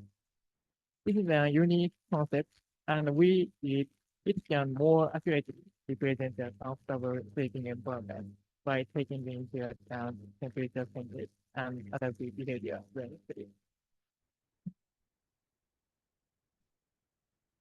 Let's move on to the next account of our study. This shows the establishing thermal comfort during sleep. We calculated two kinds of heat loss to account for temperature fluctuation and thermal adaptive behavior. The first one is cooling forward. This indicates the maximum ability of, of the room to cool the body. And the second one is thermal insulation. The maximum ability of its fitting to retain body heat. And we define the difference between cooling forward and thermal insulation as adjustment width. In usual nocturnal sleep, we are moving to adjust the setting temperature. The indicator represents the adjustment width. Now, I'd like to show you the analysis flow. We use the logistic regression analysis to gain thermal comfort. We have to see that hot discomfort occurs when the cooling power is small, and cold discomfort occurs when the adjustment width is small. So, hot discomfort treated as dependent variable, and cold discomfort treated as a dependent variable for adjustment width. After defining regression analysis, we use the optimal methods to examine model precision. Data were taken from the field measurement performed in the main university to conduct this analysis. This shows the field measurement overview. Field survey conducted in Jakarta, Bandung, Yogyakarta during dry season. All of the subjects are healthy and don't get sick. We measure the temperature and relative humidity and the air speed in the bedroom and add thermal comfort and thermal sensation before sleep and after wake up. The right picture shows the measurement tools we do for this study. And also, we have to do the questionnaire about the AC usage and clothing and bedding system time. Subjects were not restricted in their activities in the daytime, nor were they limited in their use of AC at night. All of the questionnaire were conducted online survey. And each subject participate each subject this survey about 2 or 3 weeks. Let's move on the results. Here, you can see the basic analysis results. As a result, cooling power had a high significant difference, but adjustment width did not have. And this model had a significant precision by consumer and shortage. This is because cold discomfort not occur in high temperature environments like in Indonesia, and cold sensation was not discomfort for hot humid region people. As you know, people who live in the tropics for a long time became acclimatized to the heat.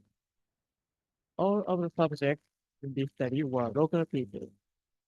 That's why cold discomfort did not have significant difference. And next, this slide shows the hot comfort and cold comfort line calculated from the six analysis model. The x-axis represents the adjustment width and the y-axis represents the cooling power. And this triangle point shows the hot discomfort and the blue one shows the cold discomfort. And the blue line shows the cold comfort line and the red one is hot comfort line. Hot discomfort existed low cooling power and about under the 40 watt here. And this is consistent with my hypothesis. But cold discomfort exists in various locations. Hot comfort line exists in the range where the data. On the other hand, cold comfort line did not exist in the range. This was because cold stochastic models independent variables did not have difference. So we cannot get cold comfort line. Focus on the area where the discomfort existed. We can see a mixture of the cold discomfort and hot discomfort. We consider that there might be a range of environments that can be uncomfortable for both depending on adaptive behavior. Adaptive behavior during sleep occurs in unconscious.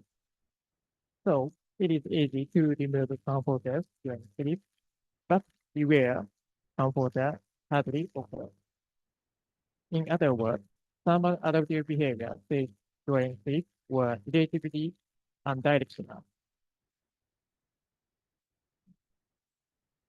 In summary, cooling power might identify hot discomfort. Cold discomfort did not gain high significance, and hot or cold discomfort occurred in similar bedroom environments.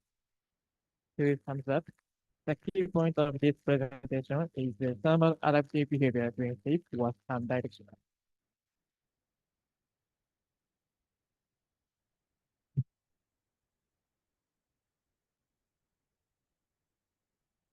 I thank all of the supervisors and collaborators and the member of the ITV, IPS, AGM, PUP here for you. Thank you for kind attention. Terima kasih.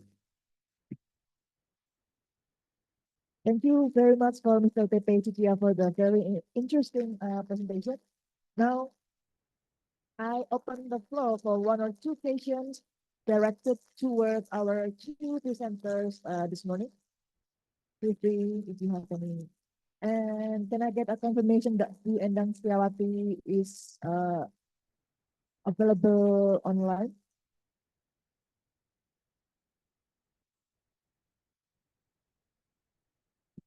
Any question or discussion? Okay. Dr. Rani? For the committee, maybe the mic.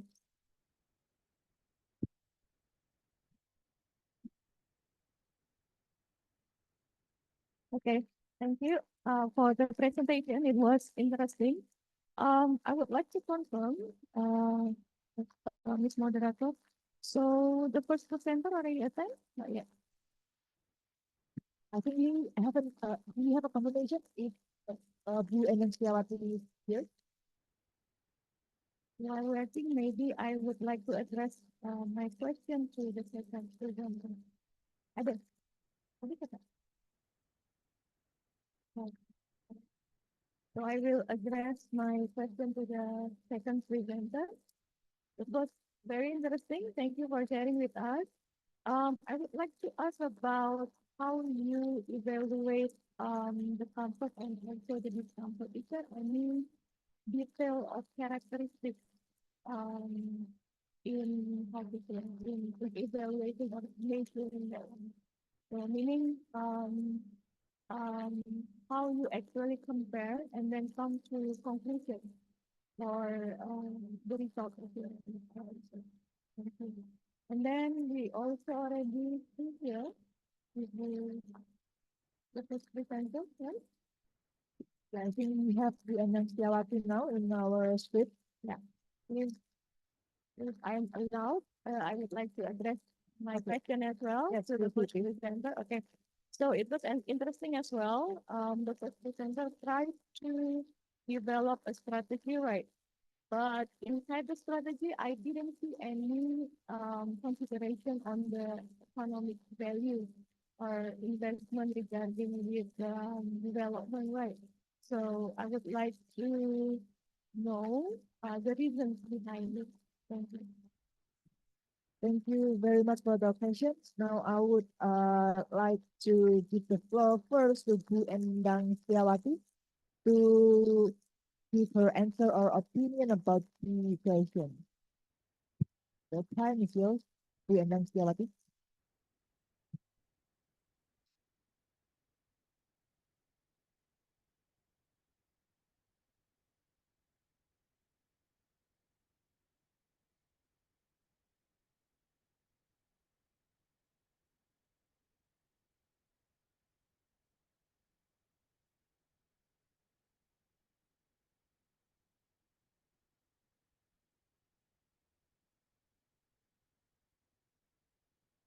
Apology for the audience. I need to repeat my question. Brenda, can you hear my voice now? Yes, of course. Okay. Please. Yes. So it was interesting research, Bu Endang, you shared with us. I would like to ask, you are developing a strategy, right? And through your presentation, I didn't see any criteria related with economic value or investment on your strategy. So that's why I asked, is there any reason behind it? Thank you, Bu Endang.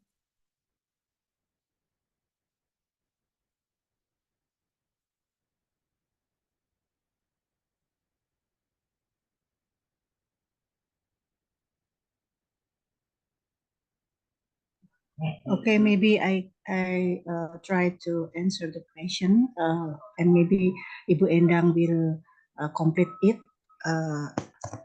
more deeply. Actually, our research is based on landscaping.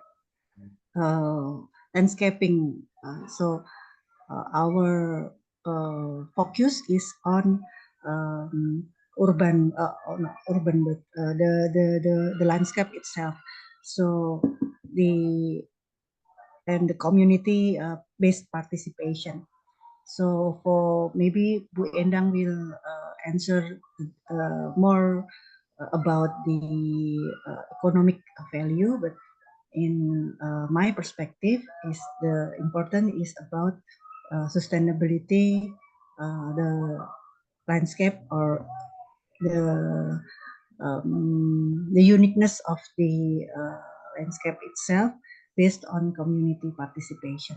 And the community participation is very good also. They're very enthusiastic in every FGD focus group discussion in our that we held together with the Kalurahan staff itself, and the Kalurahan staff itself also promote the community participation, and it can develop the sustainability strategy for the Sendang Tirto Umbung itself.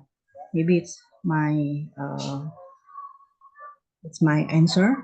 Maybe Bu Endang can more deeply about economic or maybe about another perspective. Thank you very much for the opportunity. Thank you. Yeah, thank you very much for Bu Endang Setiawati for the question. Now I will briefly ask Bu Endang Setiawati if you want to give additional answer or to give additional comments. Okay, since we have a limited time, I think we will first move on to the second question for Mr. TP Sudhya. Yes, yeah, you may answer the question now. Thank you for your question. Can I share screen?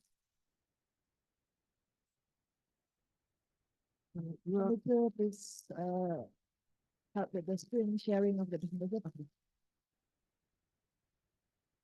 Your question is mean the how do you compare the current study or some standard, right? Yeah. Is previous 4 or 5.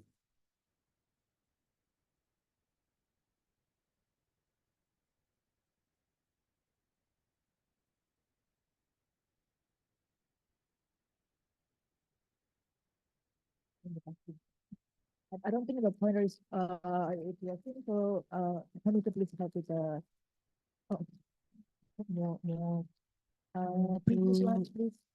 that. Oh, this one, please. One more, back one more please. One more, please. Thank you.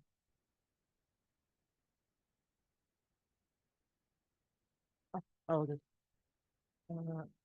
Oops, this.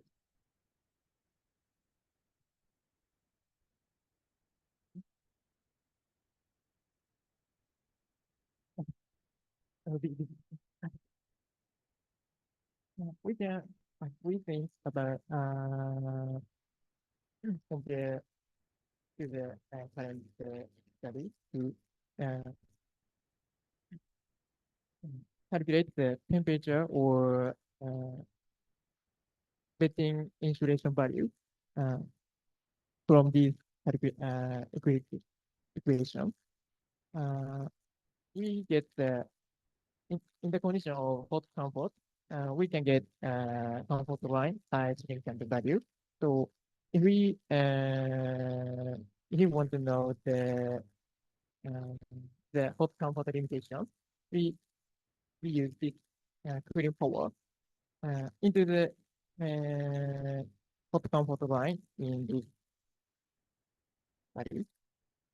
And we can obtain the uh, operating temperature and then thermal affecting insulation value.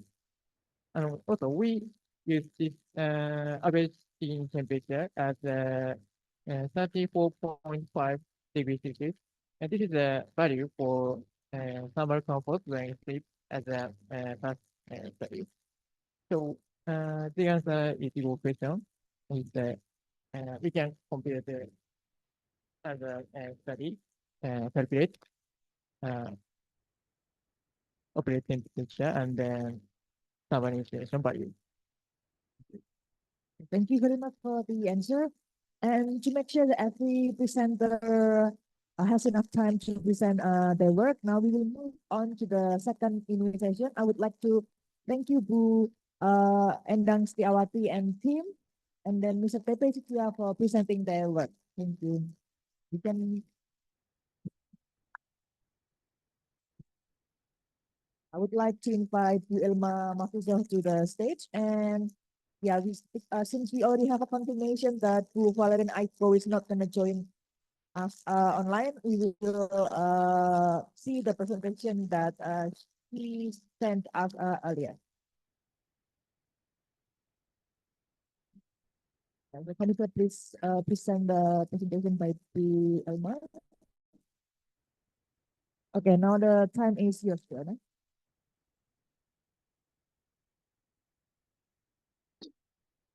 Okay, good morning, everyone. I hope you all will feeling well today. I'm thrilled to get to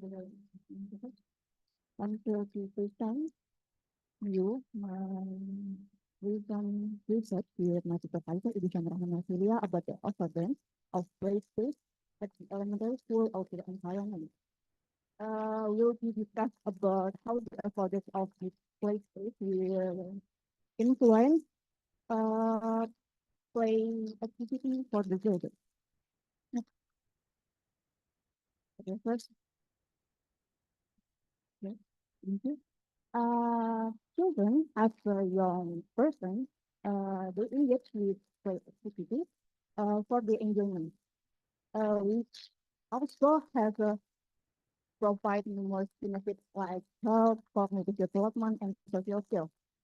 Its children has different perspectives and different, okay, they have very unique characteristics to play, and it can be influenced by the pre- perception and preference, and it can be influenced either from themselves, from the social context around them, and the special factors. We would like to highlight the social factors. Here, the digital environment has a big opportunity for person to support their activity. The digital environment has affordance that facilitates various play activity, and it's important to us to understand how this affordance works to create the experience of play. Uh, the affordance itself is a relational concept between the environment. They have a quality, they have their own quality of the environment that can support the play or the activity in the environment. So the aim of the research is to investigate how children perceive the affordance available in an outdoor school environment. For the study area, we conducted it in SDN Mendungan 2, which is in Umbu Harjo, Yogyakarta. They have a abundance of and lots of outdoor proportions from the language. As you can see, they have a big amount of for the overview of this layout. And the special observation range that we conduct is part of outdoor and semi-outdoor area because we found that between the outdoor and semi-outdoor area, they have a lot of relation and it's very close relation between the outdoor area and the semi-outdoor area like a whole. For the data collection, it conducted in observation method by behavior mapping, especially in present mapping with some of variable like category is adopted by Topo by the NPOC. It consists of 8 play, like digital play, explorative play, imaginative play, etc. And we also focus on how on classifying the age group for consists for 2 age group. It's a younger class for first until 3rd grade and the older class 4th until 6th grade. For the affording quality, we use the different theory of the affordance by HEF. It has 9 functional taxonomy.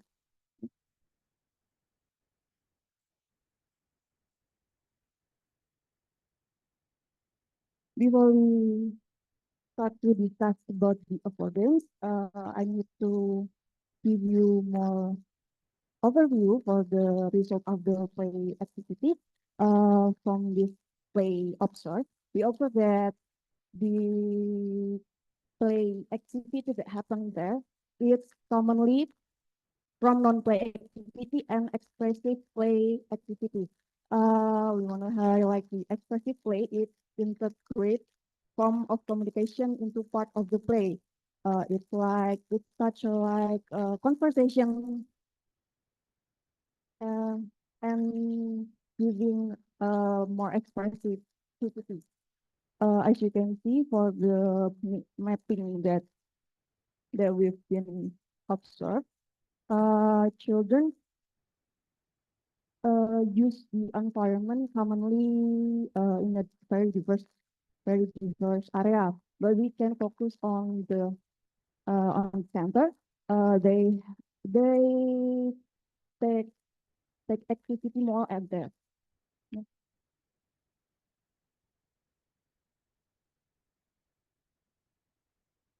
The study revealed that children predominantly play in flat relative wood surface, followed by shelter, uh, and for the underutilized affordance is multiple materials and climbable features.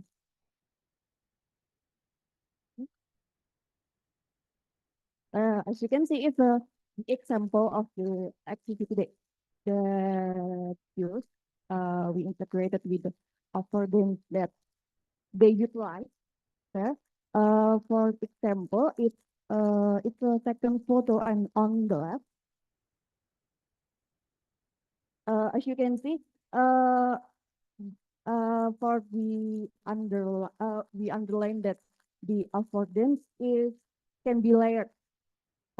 It can be the activity can be happen in two or more affordance. They can utilize two or more affordance.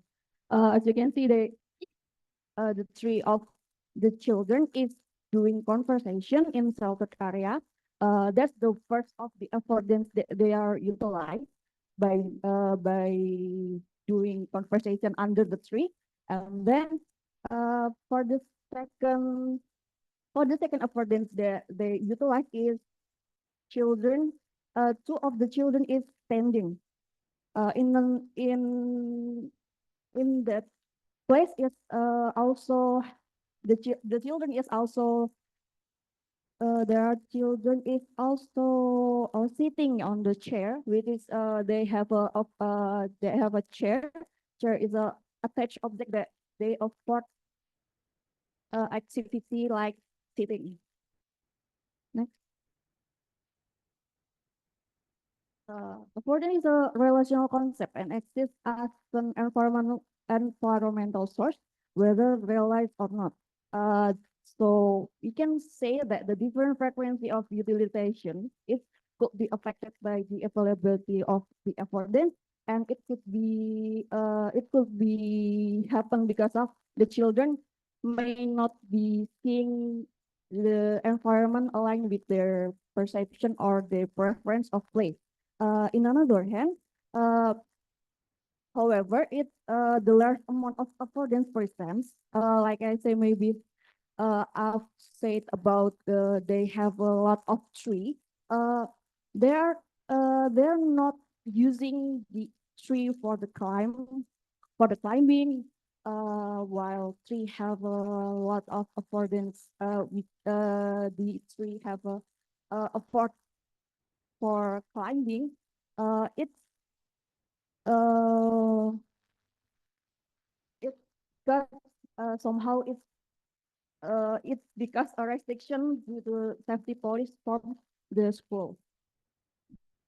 This create a field of constraint which is introduced by kita, that that limiting the range of activity children can engage in. As a result, even so, the environment offer potential for this first play, the restriction can reduce the richness of children play experience. Next.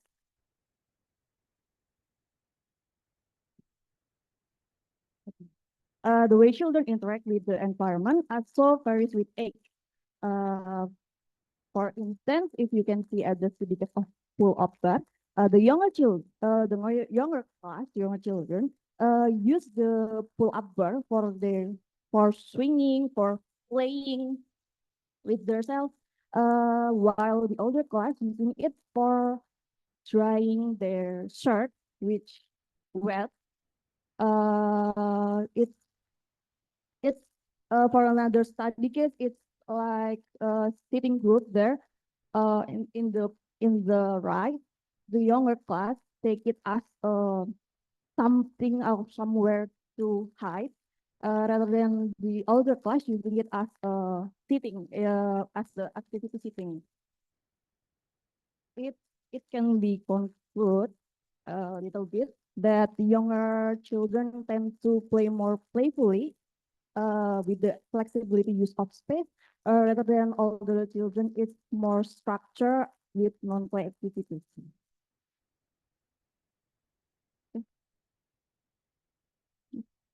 Okay. In conclusion, children's engagement with outdoor environment is diverse, influenced by both environment affordance and school regulation. While pet surface and shelters are heavily used, other affordance remain underutilized. Additionally, age play a significant role in how children perceive and utilize this affordance. Understanding this dynamic is crucial for creating play space that support the development needs of all children.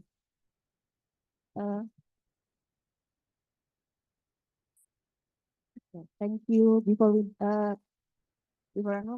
Before I close the presentation, this research is funded by a final project recognition grant by University of Gajah Mada. I want to say thank you for the opportunity. Thank you. Thank you very much, Bu Elma, for the interesting presentation. Now, let's move to our last presentation, which is by Bu Valerie Aiko. Please the committee to play the presentation. Greetings to all conference participants and audiences. Before we proceed to the presentation, allow me to introduce myself.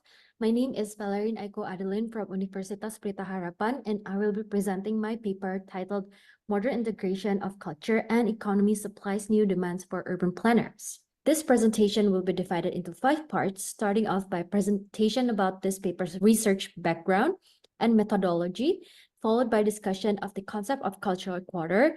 Then we will see how case studies are done, proceeding to design and iteration as part of this research design proposal, ended by assessment and conclusion of the design results. This research aims to discuss the impact of globalization to our built environment, specifically to design strategies, which this author believes should receive much more attention from urban planners and the general public. Globalization is a challenge and a social phenomenon that cannot be avoided by the global community. The direct impact of globalization towards built environment can be seen through economic agendas underlying decision-making and urban planning, often prioritize capitalistic gain, which potentially eroding the identity of a city. Now let's take a look at this globalization cycle diagram. This diagram illustrates how the process of cultural homogenization becomes the start of a closed economic cycle and leads to the loss of a place's identity, resulting in a declined local commercial value. The injection of new cultures from the arrival of the creative industries who are interested in low commercial values then becomes the seed for the emergence of creative economy, which then restores the commercial value. However, the high commercial values subsequently lead to the displacement of those creative communities due to prioritized capitalistic gain, which then causing identity to be lost again.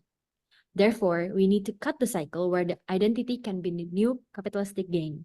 How? By creating a strong place identity that offers multiple dimensions of economic benefits as offered by the symbolic economy model. Now we have discussed so much about identity and globalization. In this paper, urban identity is defined as the character of a place, a source of representation and memory translated through culture, a genius loci. This understanding of identity becomes the basis of the symbolic economy model, as it offers us a symbiosis between images and economic products to represent a city's identity. Now, the real-life implementation of a symbolic economy model can be seen through the existence of cultural quarter. Cultural quarter is an integration of cultural and economic development. It offers land use strategy to foster sustainable economic development while preserving existing cultural values.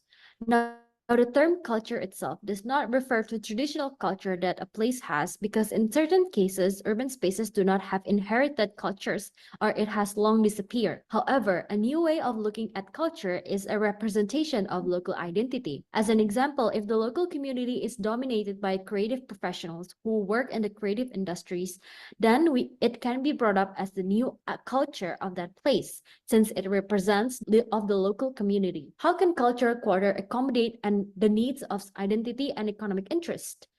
Cultural quarter, as its name suggests, is a node densely packed with various activity programs, which we will discuss further in the next part of this presentation. This is the research framework as to explain the relationship of each concepts This research was done through literature reviews and case studies observation. Now proceed to the findings. From literature review, the author was able to extract and process design elements regarding urban identity and urban catalyst, which is discussed in the third chapter of the paper, with subtitle The Concept of Culture Quarter and Identity as Catalyst for City Regeneration. There are 5 elements proposed by Kevin Lynch in which we can manipulate to enhance a certain place's identity, which are paths, edges, districts, landmarks, and nodes. These 5 elements will need to have these 4 qualities: coherence, legibility, complexity, and mystery. In addition to that, there are 5 more elements from the urban catalyst concept in order for aforementioned elements to have catalytic nature and thus regenerate an urban space. Those elements are open space, mixed use, street design, public transit, and education. The combination of these concepts then becomes the foundation of a culture quarter typology.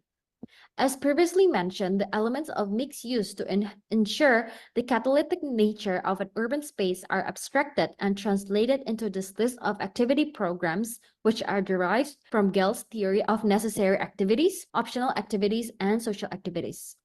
Those activities are residential, transportation hub, learning center, retail, restaurant compound or F&B retail, work studio, library, and informal spaces. Moving on to the discussion of this paper case studies, the first case study is the location in which the design result of this research will be implemented, located at the extension of Pondok Ranji Station in Bintaro. Located side by side by the toll road, this extension connects the northern part of the toll road to the southern part, which fulfills one of the criteria of an urban catalyst, that is, a public transport facility. Doing a macro analysis of this area, the area is newly developed and has limited facilities within 800-meter radius, as seen from the diagram. Now, why Bintaro and why Station Pondok Ranji? Firstly, the place characteristics that match the elements of urban catalyst, which is a public transit. The place has no existing programs yet, which makes it a potential to be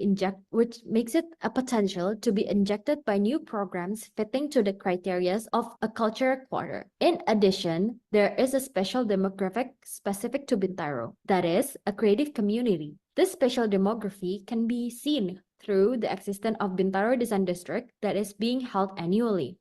This event consists of individuals and practitioners from different creative backgrounds, such as architects, graphic designers, musicians, etc. Therefore, this spatial demography is seen by the author to inspire the area. To further understand the concept of culture quarter, the author did a case study on a number of precedents from Tokyo, in which this author believed can reflect the idea of a culture quarter. Those case studies are Akioka, Shimokitazawa, Nihonbashi Kyobashi Matsuri, Parade, and Tokyo International Forum.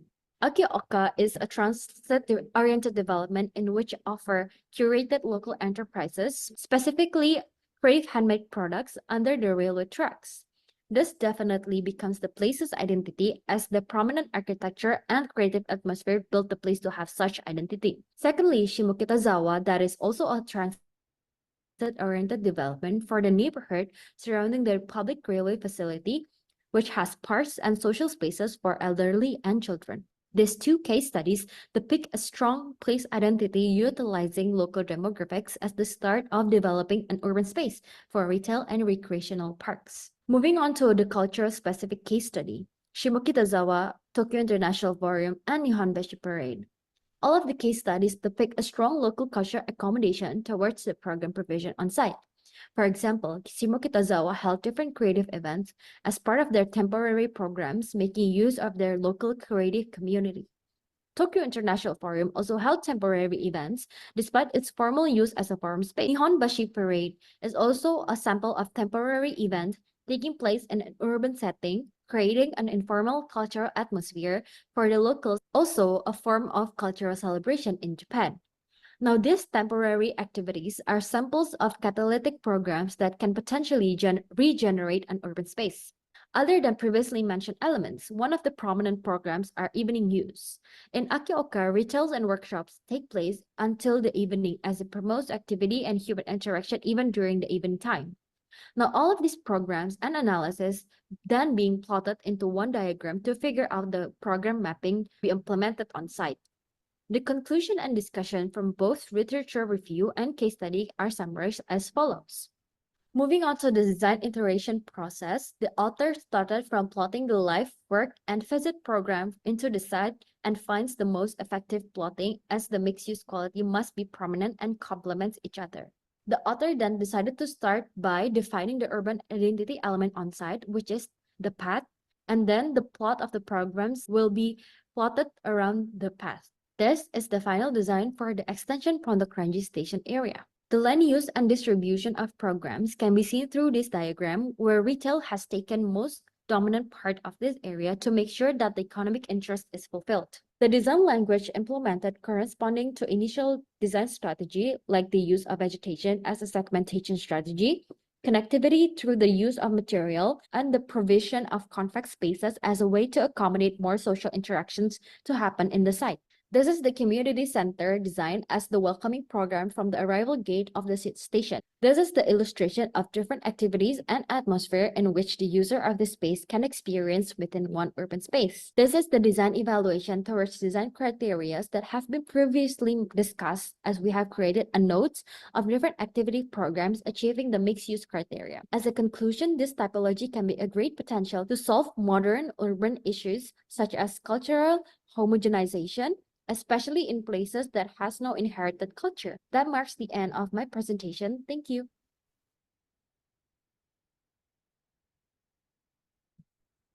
Thank you very much for the interesting presentation. Unfortunately, Bu Valerin Aiko is not here with us to directly answer a question. So, to open the Q&A session for the second presentations today, before I open the session for the audience in the room, I think we have a few questions in the chatting room. Okay.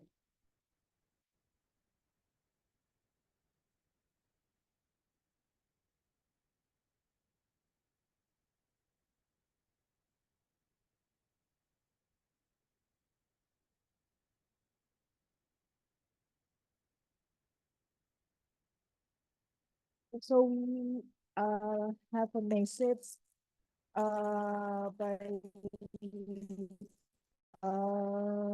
okay, but I think I will deliver this for after the questions session, because it's related to the question asked in the first session before.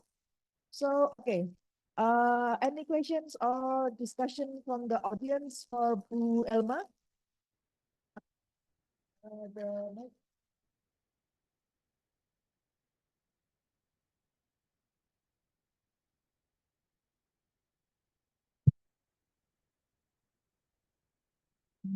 Thank you. My name is Yulia, and the research by Bu Elma is interesting. I want to ask about the behavioral mapping research. How you document the activities without disturbing the natural setting. For example, children might feel uncomfortable to play when they perceive that there are strangers around them. And the researchers is considered as a stranger in the setting. Maybe how you deal with this issue, and do you have any tips to gather this kind of data? Do you have any tips to gather this kind of data from your research? Thank you.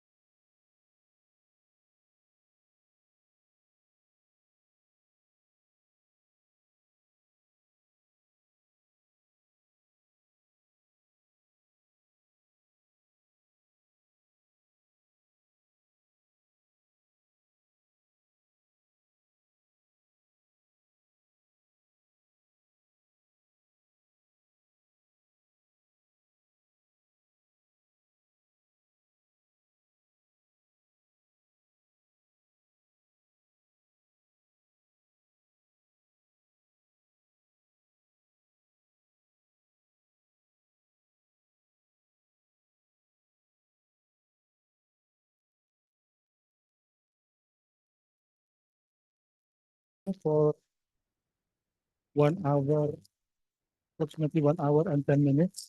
My name is Kipa. I teaching the reflection for the unknown. Sorry for that. For this of you that already asked to answer for the moderator. Don't worry. Uh, I have my restriction today.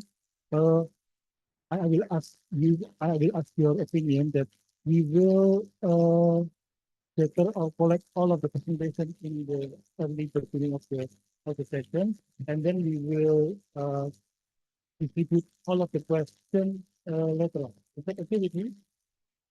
Instead of presentation, question, that may take a lot of time, so we will collect all of the questions in the beginning. Is that okay? Okay. We will have 7 minutes to 10 minutes. And this assessment modalities, I will ask you to rush your presentation or you can stop your presentation during our session. So before we begin, can I ask all of you maybe to attend online and also offline? Ibu Yulia Eka Fitri. Okay, yeah, okay, thank you very much. Ibu Weni Arminda. Okay, thank you very much. Ibu Wijaya Marto Sukuma. Okay, okay, thank you very much. Okay. That my colleague is statement. Jasmine Jumila and Salsa Bilategan. Yes, I'm in online. Okay, okay, thank you very much. And Erna Mutia. Yes, I'm online too. Okay. Okay, thank you very much. So, just to remind again our rule of thumb, all of the presenters will present approximately 7 to 10 minutes continuously, and then we will begin the question and answer after all of the presenters session. Is that okay with all of you, especially for our counterparts in online? Okay. Okay. Okay. Can you hear my voice?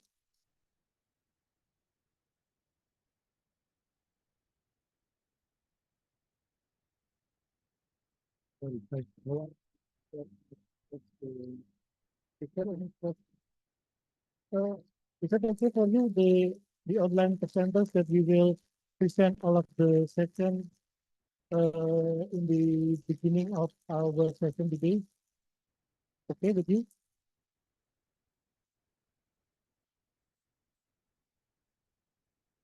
Can I ask help from the side? Can someone begin it? Okay, let me see. Okay, okay, sorry. Thank you very much for the response. And we will begin from Ibu Julia Putri. The title of presentation is Exploring the Potential of Virtual Tools in Conveying the Sense of Place of a Heritage Site. The big option down Gubur Heritage is your time is yours and maybe from here. Thank you very much. Assalamualaikum, good morning everyone. My name is Julia and I'm going to share some of our research findings in this session. The title is Exploring the Potential of the Ritual Tools in Conveying the Sense of a Heritage Site. Okay, dalam video ini dijelaskan. We are interested in this topic because we still have some advantages for documentation and preservation of heritage sites. Yes, the city also provides detailed sequences and immersive experience to spaces compared to conventional documentation such as photographs or drawings. The city also available for a larger audiences, especially for inaccessible or remote sites to prevent further deterioration of a site due to aesthetic tourism. In academic world, the topic of virtual sense of place is an emerging topic. For education, PT can encourage enthusiasm for students and a good complement to site visits. Two approaches represent the concept of time in generating the sense of place. The first is the slow or lifetime process, and the second is the fast or short-term process. This research falls under the second category of the fast of short-term process, the perception action process. This is an exploratory research mentioned down below has chosen uses of its historical significance that marks the transition from Hindu Buddhist to Islamic period. It is located at the remote location, so no, not as much as Walisanga site. The physical is not as much as Walisanga site. Field observation was conducted and the researchers wrote field notes while also create a 360 virtual tour. And then the students experience the site not in person but through the VT conducted before. And they also took notes and marked the map like the above picture. And then we did the visual and text analysis. We also did a comparison between on-site notes and VT notes. In analysis, many categories and subcategories because this is exploratory research. Categories were raised from the text data through open, Excel, and selected. From the illustration on the screen, it shows that overall the PT helps the participants to convey some aspects of the class of place, such as physical aspects, spatial aspects, even meaning and emotion. These three categories are quite balanced in the data. Meanwhile, there were very few notes regarding the aspect of activities and the use of space that can be raised from the data. This finding will be discussed later on. Next.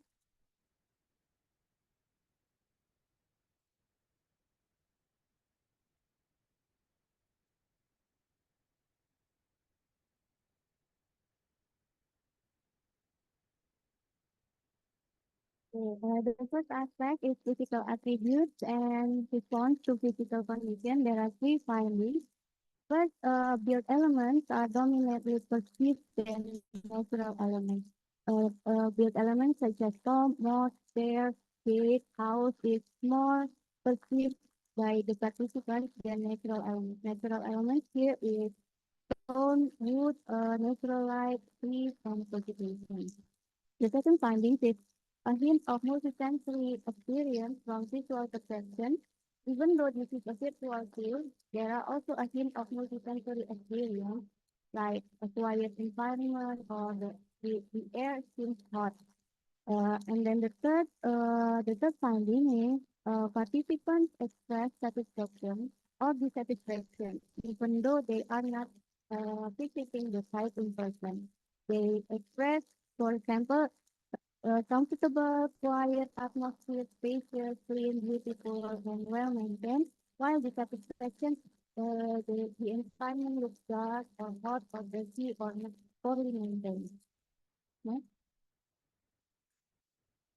The second aspect is spatial experiences and boundaries and transition. The findings are the second next, please. The findings are sequences recognized and experienced by the participants variably and differently, range from 6 to 15 spatial sequences. So, participants perceive space differently. Most participants define spatial units based on their boundaries, some based on characteristics and functions, and they also notice the contrasting atmosphere between adjacent areas. MCP also helps participants to reach the deepest point in a series of spatial sequences that are not always easy to understand and experience by the direct experience.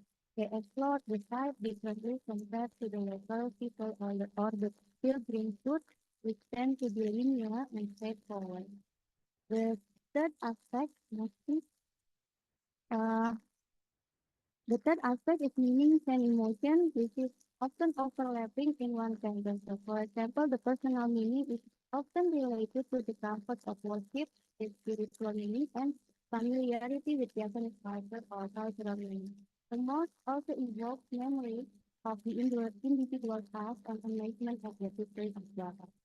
Through video experience, direct and immediate perception of things process can result in immediately positive release and the short converted to problematic with slow progression of the fourth aspect is activity can be used as grade. This is the data that were uh, the lack of race data in this aspect. It could be attributed to the city's limitation to accommodate both dynamic activities and physical characteristics simultaneously and in detail in one city. There are often different emphasis in constructing cities with the primary goal either to document physical aspects or capturing dynamic activities of people on the site. In reality, cultural heritage that falls into the category of living monuments such as mosques and building sites is then with both tangible and intangible aspects that are reflected in the activities that take place there. The city unfortunately is created when there are no significant events, while in reality there are quite a lot of socio-religious gatherings in the festival in the site. As a conclusion, the study reveals aspects of the central place of a heritage site, physical features, social experiences, meanings and emotions, and even though minimal activities and the use of space. City can provide profound and engaging experiences, and it has the ability to provide seamless transition between spaces. It offers possibility to explore places without restraint, whether the secluded sacred spaces or the restricted cultural spaces that only a select few can visit directly. Unfortunately, there are also limitations to create a complete representation of a place and its actual experience. With its ability to evoke multi-sensorial experience remains limited, and multifunctional spaces often integral to heritage sites also pose a challenge in cities' attempt to replicate the natural setting. City needs to find a way to harmonize the dynamic activities and the spatial movements of individuals with the natural physical features of the heritage site. And the last but not least, the scale of central place compared with beauty in this research is limited to the level of place recognition, lower than other sense of place, such as um, space belonging, attachment, involvement, and other relationships within the space. Thank you very much. Thank you very much to you, please give applause to the Fikri. There's very concise time, 10 minutes. And we will invite Ibu Weni Arminda. The title is Mapping Heritage Buildings in the Sawan Area, Teluk Betung Selatan, Teluk Betung Selatan, Bandar, using positive system method. Yeah. Oh, sorry, Bandar. Yes.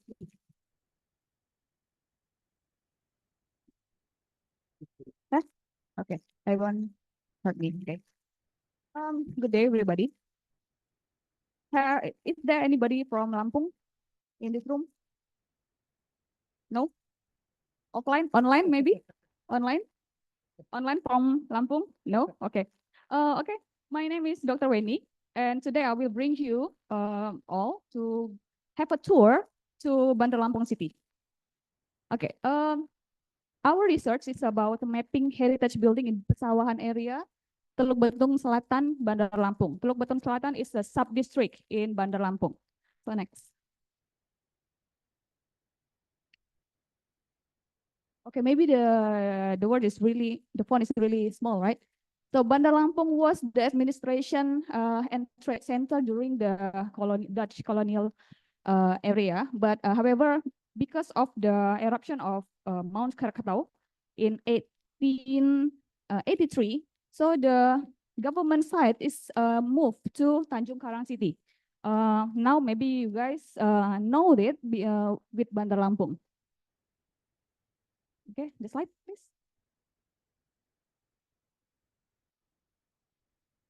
The first slide previously.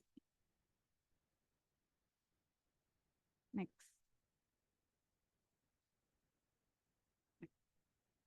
Okay, just stay in this slide. Okay, as the result of the eruption, many of heritage building was destroyed at that time. But however, some of the abandoned heritage building is still exists in this area. But because of the lack of public insight into the heritage building, one of the factor that the building is abandoned right now. So our team tried to remap the remaining of heritage building, whether abandoned or still functioning, using the geospatial technology and a qualitative approach. We have an interview with the local residents and doing some survey in that area. So next. For the research scope, the research will take place in the Pesawahan village, Teluk Betung Selatan, Bandar Lampung, focus on the heritage building, which we know that heritage building is a building that has been built over 550 years. Yeah, so the scope of the building is that. Okay, next. For the findings, from our identification, we categorize that the heritage building in that Pesawahan area is divided into 6 categories. And another slide.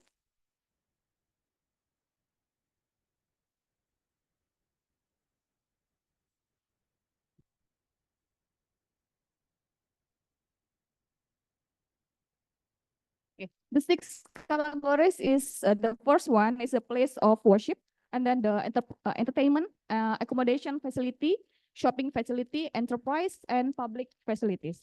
Go next.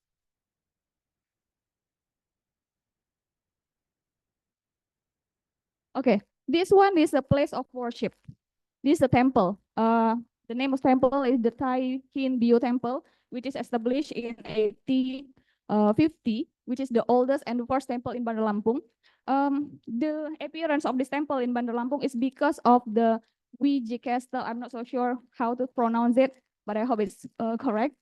This is the regulation that the Dutch colonial make to differentiate the ethnic of Bandar Lampung. And then the second one. Next slide. Okay, this one, the entertainment. Bandar Lampung has 3 types of cinema. Kim Jaya Cinema, and then the Panorama Cinema, and another one, the Queen Cinema. Queen Cinema is the very prestigious cinema in Bandar Lampung. Visited by the elite people at that time. Next. Okay, this one, the accommodation facilities.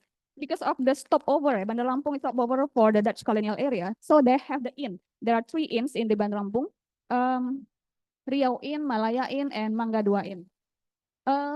If you guys see the at the corner, there is a map actually. So the inn is actually placed in the central of Bandar Lampung in the Pesawahan area. Okay, next.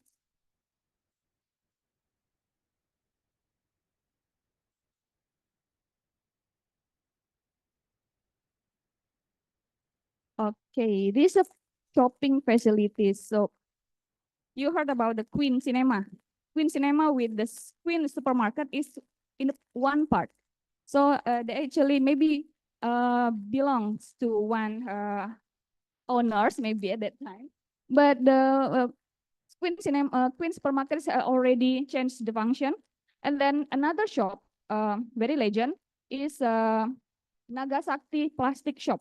But one day the shop is burned down, but the owner don't want to replace or remake or renovated the building, but they make another one, the new shop, which the new shop is not the heritage building, but the heritage building is still abandoned right now. Okay, next.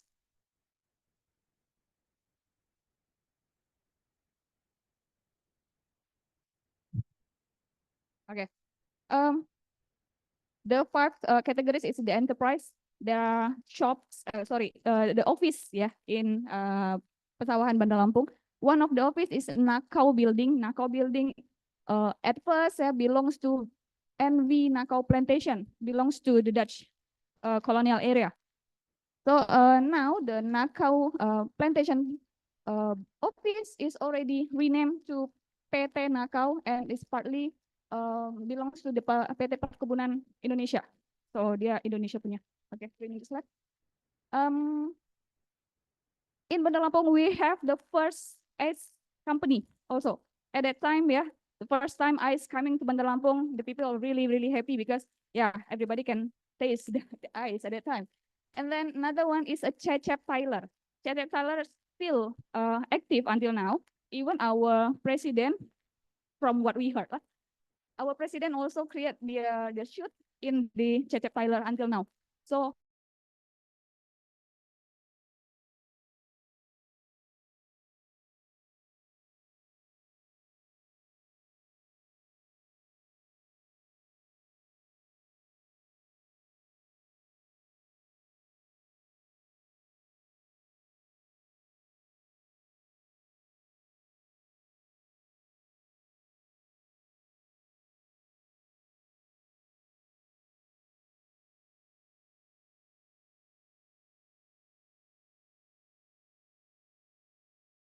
that belongs to one family actually at that time.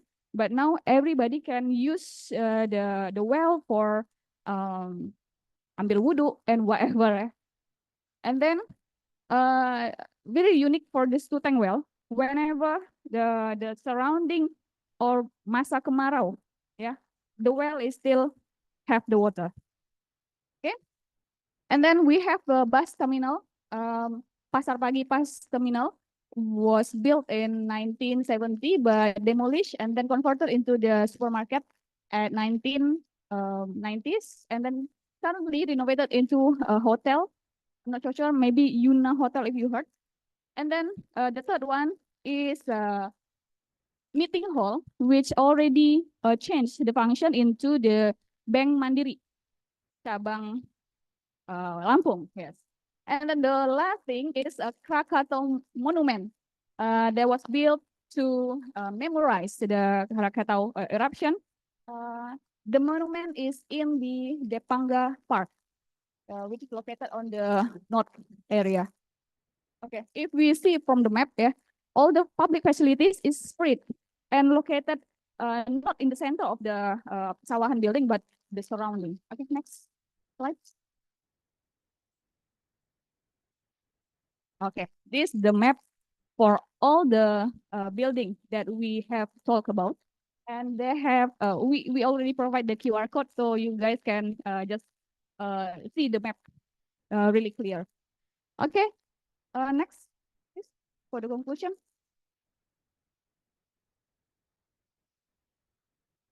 Okay, this is really crucial. If you see, yeah, in the center of the Sawahan building, Sawahan area, there are the worship house, the house of worship in the center, surrounded by the enterprise facilities and the shopping center and whatever.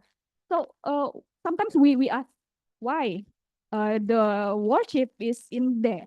But from our analysis, we analyze that maybe, yeah, at that time, many years ago, Pesawahan area is placed by residential.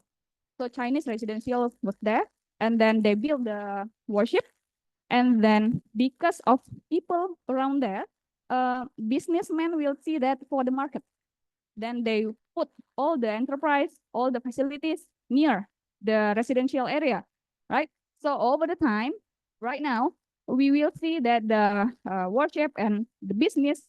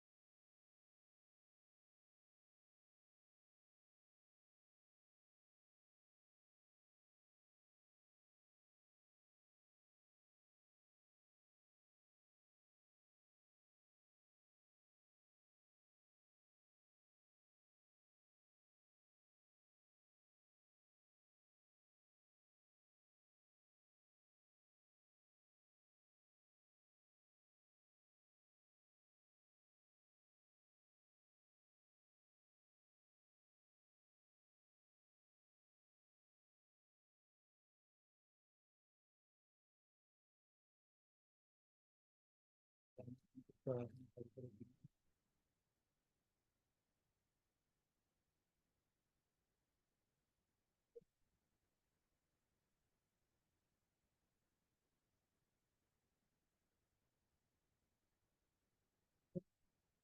waktu panjang atau enggak? Apa? Itu.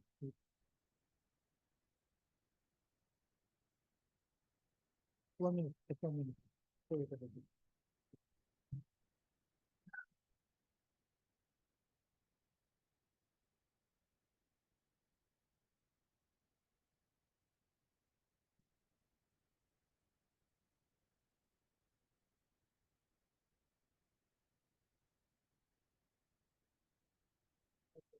Good. Yeah, the next presenter will be Bu Wijaya Matakusuma on behalf. What was your name? Okay, you will introduce yourself. Okay, the title of presentation is Rethinking Lesson, Some Notes and Challenges on Open Heritage Conservation. So your time is about 10 minutes. Starting now.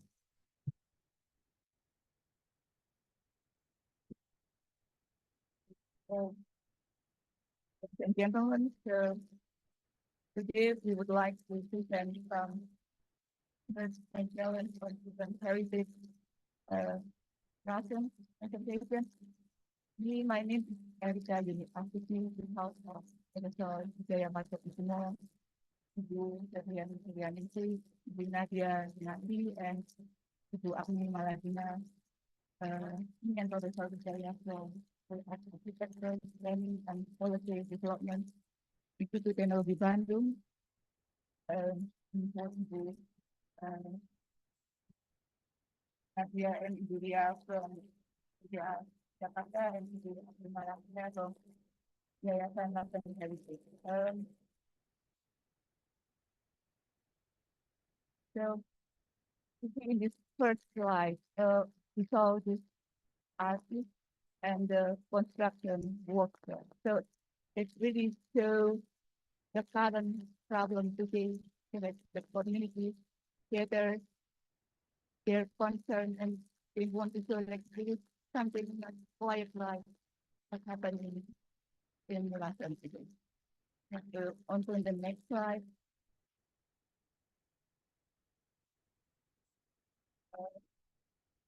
Our presentation is structured as follows. So the first is paradigm and challenge in social participation. And then the other first strategy together and then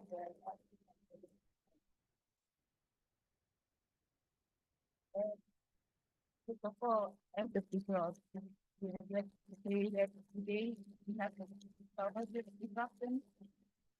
This is also that we everything is faster, and it also has an impact to us in terms of every mother to the middle. So disruption.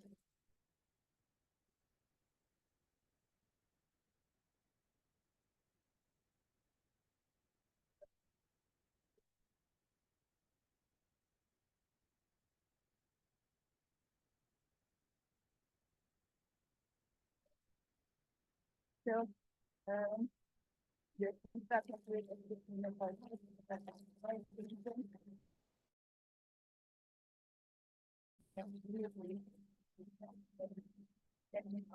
what happens the inheritance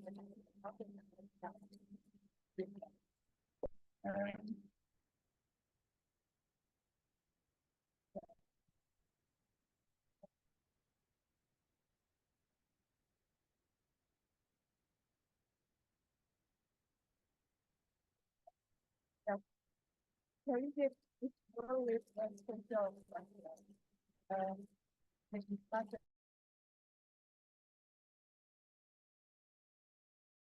so forget about heritage never the heritage itself, what people think about heritage, what people think about heritage. So it's a concept is around the time. Immediately you have some sense of what particular person is. But yet the curious of the discussion stories, we also forgot the important.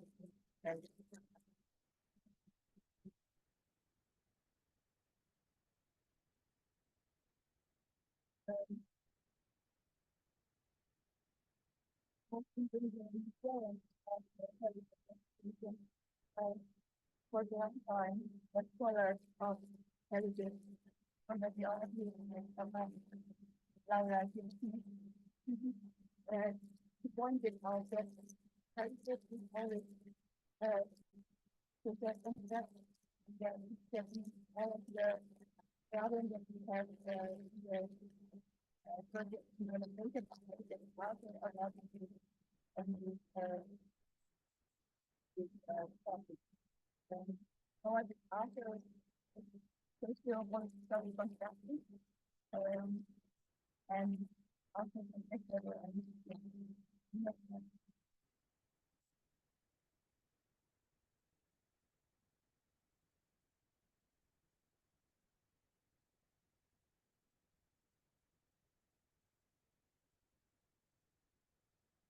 something with this discussion that concentration for development has become very and in the groundwork established in the 19th century by heritage studies about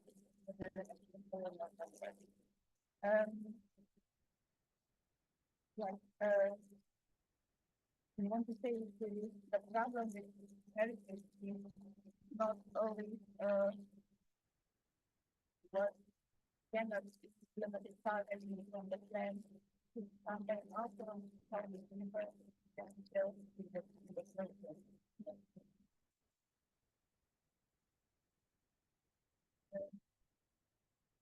This is the design of the office where we have a lot of engineering in other matters. Platform has gathered like national, international, and even now today in Universitas Gadjah Mada, we have a lot of research on Latin or icon Latin. Every skill with sometimes it's work, sometimes a little bit. So here's what's happening today. To this new building with the respect and the infrastructure. So many different arrived. What happened? You always know as an architect and planner, architect is very good and details in everything. He really does every picture in everything ever. A lot of meetings and we take in every meeting. However, when it comes to the implementation, or a little bit might be happening. So I would say perhaps perfect planning session is not resolved in the perfect implementation. So we saw in the future Professor Ahmed Maladina published all of some of her work in national research, makes this from time to time the development of it. So sad that we saw this is not physics from the post in front of sometimes in front of the door and in this video.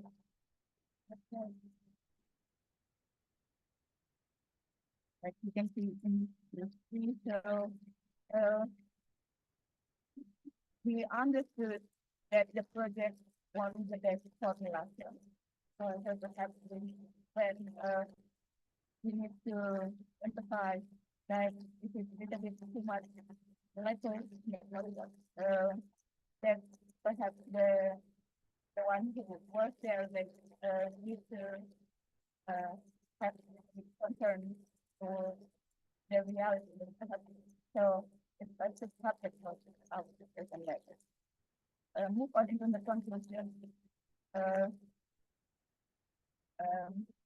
We imagine like the role of concentration. So into modernization and physical operation of organization of space and time. People are humiliated and alienated with their father. So these suggested what happened when the project might happen. And regarding in the disruptive era, the project of getting people and personal relations, by interaction, but enabling people to assert a deeper control over their lives.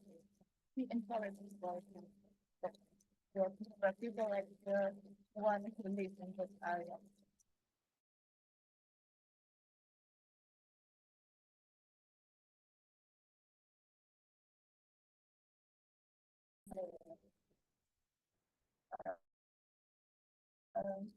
And to some extent, it is artists that heritage necessary. There is no longer matter of faith, but an expression of their history of activity. Next generation is art. There is research for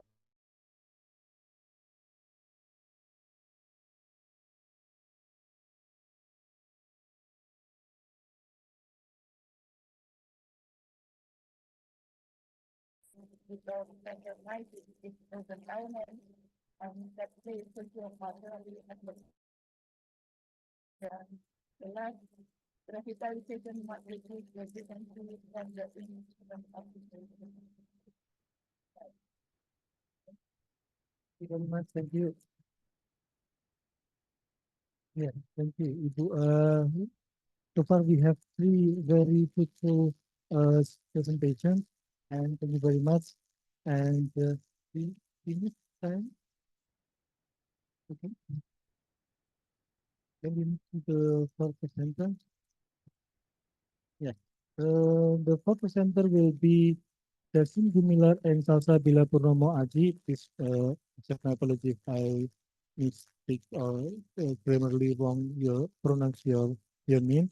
The title of presentation is Development Concept and Management for the Industrial Heritage Malabarti Plantation, Bandung Regency. Are you with us in the Zoom meeting? Can you hear my voice? Yes, sir. Oh yes, thank you very much. Okay, you may present 10 minutes for 10 minutes starting now.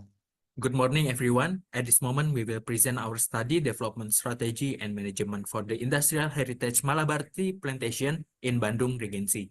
Our team comprised 3 members, Dasin Gumilar, Salsabila Purnomo Aji, and Doni Kurniawan, with participant ID 81558. Next. The presence of historical object is a critical factor to consider in the development of an area, particularly in design focused on preservation aspect. Historical objects serve as central legacies with significant historical value, playing a crucial role in building national character through historical awareness. The protection of historical object is an effort to preserve the historical values such as object, whether they are buildings, sculpture, artifacts, or area. While preserved objects can offer numerous benefits to the community as they connect past historical values with the present, allowing people to understand and respect the cultures and traditions that once flourished and enabling this to be studied in the future. The Malabar Tree Plantation is a significant area with the potential to be recognized as a cultural heritage site. Representing a plantation built by the Dutch government during the colonial era, the historical value of Indonesian colonial industrial heritage, particularly in the plantation industry of West Java. Located in Pangalengan District, Bandung Regency, the Malabar Tree Plantation covers a total area of 2,022 hectares. The uninterrupted tea production activities here carry historical significance that must be preserved, and the management by PT Perkebunan Nusantara 8 plays a crucial role in optimizing the function of its historic plantation. The aim of this study is to optimize the diverse potential of the Malabar Tea Plantation by acknowledging and utilizing its value as a historical asset. This need arises from challenge in developing the plantation area as a space that supports tourism and agrotourism activities without highlighting its historical character, leading visitors to be unaware of the deep historical significance related to the development of the plantation industry in Indonesia. Additionally, the management efforts to introduce the area's history have been limited to maintaining heritage buildings and organizing a few activities. The Malabar tea plantation stands as a testament to the economic development of the plantation industry in Indonesia during the Dutch colonialism. In 1896, the Dutch government directed the expansion of plantation industry to harvest commodities for export, particularly to European markets. Although tea from Malabar wasn't the primary commodity driving the government's economic growth, it played a significant role in contributing substantial revenue, alongside other commodities like coffee. Karl Adolf Rudolf Bosca was appointed as the manager responsible for the Malabar tea plantation. As a manager focused on the sustainability, he developed the area to support tea production by constructing infrastructure such as roads, working housing, and other facilities, ensuring that workers could carry out their daily activities within the plantation area. After Indonesia gained the independence, the plantation was taken over and managed by PT Perkebunan Nusantara 8, and it remains active producing tea for commercial sale to this day.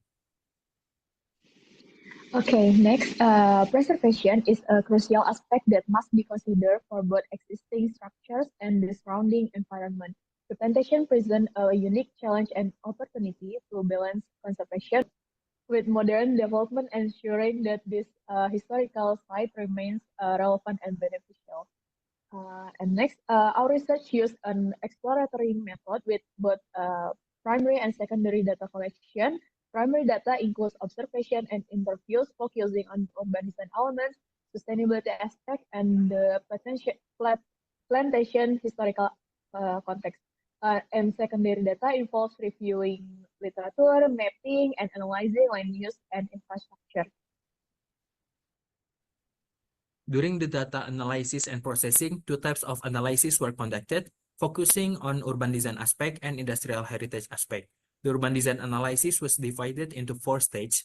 First is land use analysis, figure ground, circulation and road network, and the identification of objects with potential as cultural heritage sites.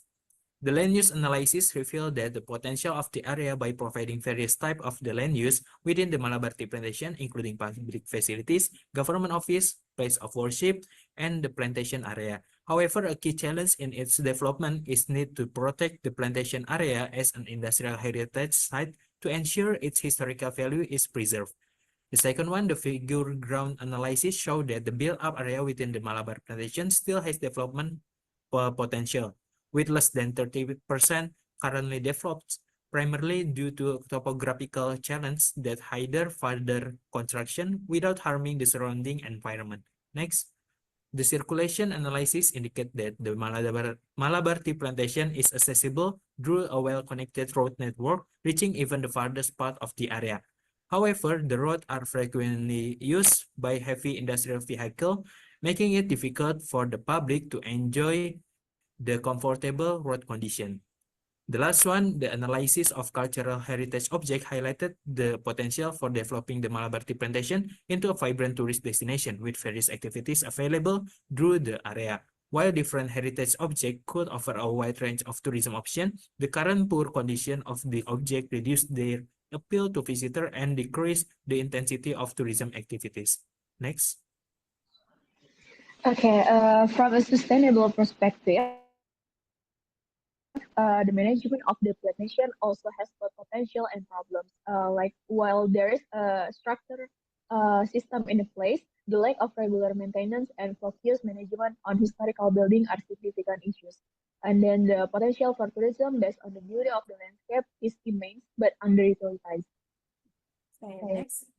In response to the analysis result, which identify both the potential and challenge in developing the Malabar tea plantation, to highlight its historical value in tourism activities, the following urban design framework was created. Next. In detail, the response is divided into 2 types of strategies. The first one is design strategies and management strategies. The 8 design strategies are as follows. First one is creating space for agritourism activities such as tea leaf picking, studying tea plants, and learning about the production process. The second one, enhancing the areas identify the Malabar tea plantation identity by developing facilities and infrastructure that reflect the Dutch colonial style element such as gateway, facade, and street furniture. The third one, designing shared street that prioritize pedestrian with clear road marking and additional street furniture. Fourth, establish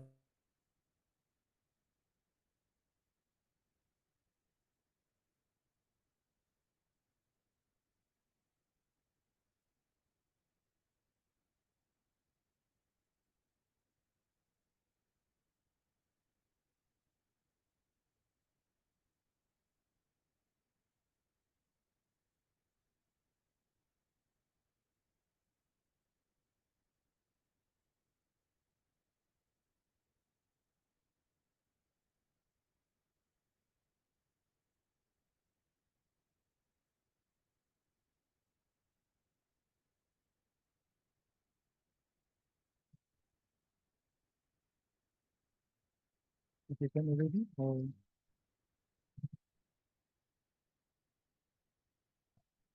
don't worry. It's still working at the problem.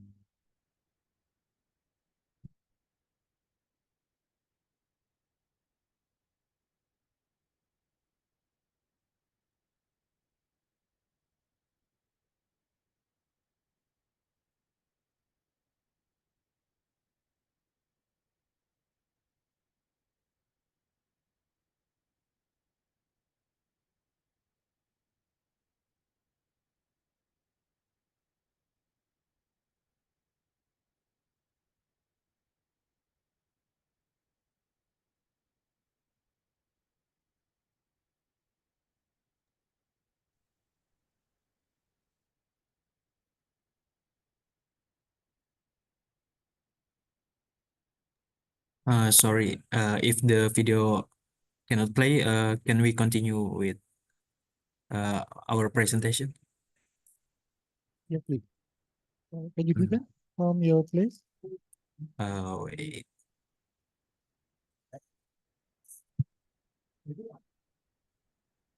I need to share my presentation. Can I?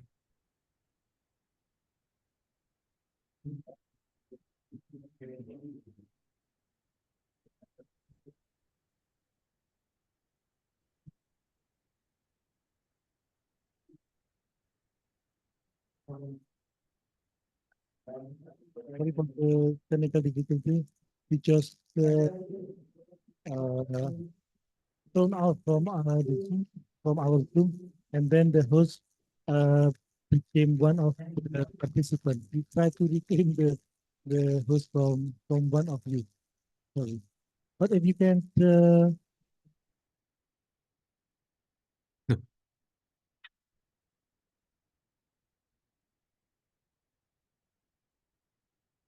Okay.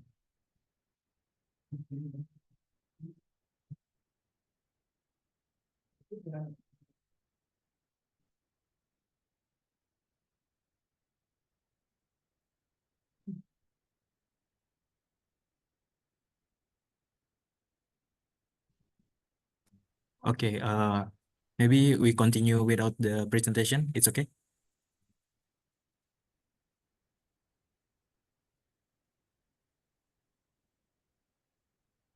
for your information, all of the technical stuff is here, so don't worry, you are in Okay. Okay, maybe I continue the result of our research. In detail, the response is divided into two types of strategies: areas design strategies and management strategies. The 8 design strategies, the first one is creating space for agrotourism activities such as tea leaving picking, studying tea plants, visiting factories, and learning about the tea production process. And the second one is enhancing the area identity as the Malabar tea plantation by developing facilities and infrastructure that reflect Dutch colonial style elements such as gateway, facade, and street furniture. And the third one, designing shared street that prioritize pedestrians with clear road marking and additional street furnitures. And the fourth, establish a centralized and integrated public transportation system in the site.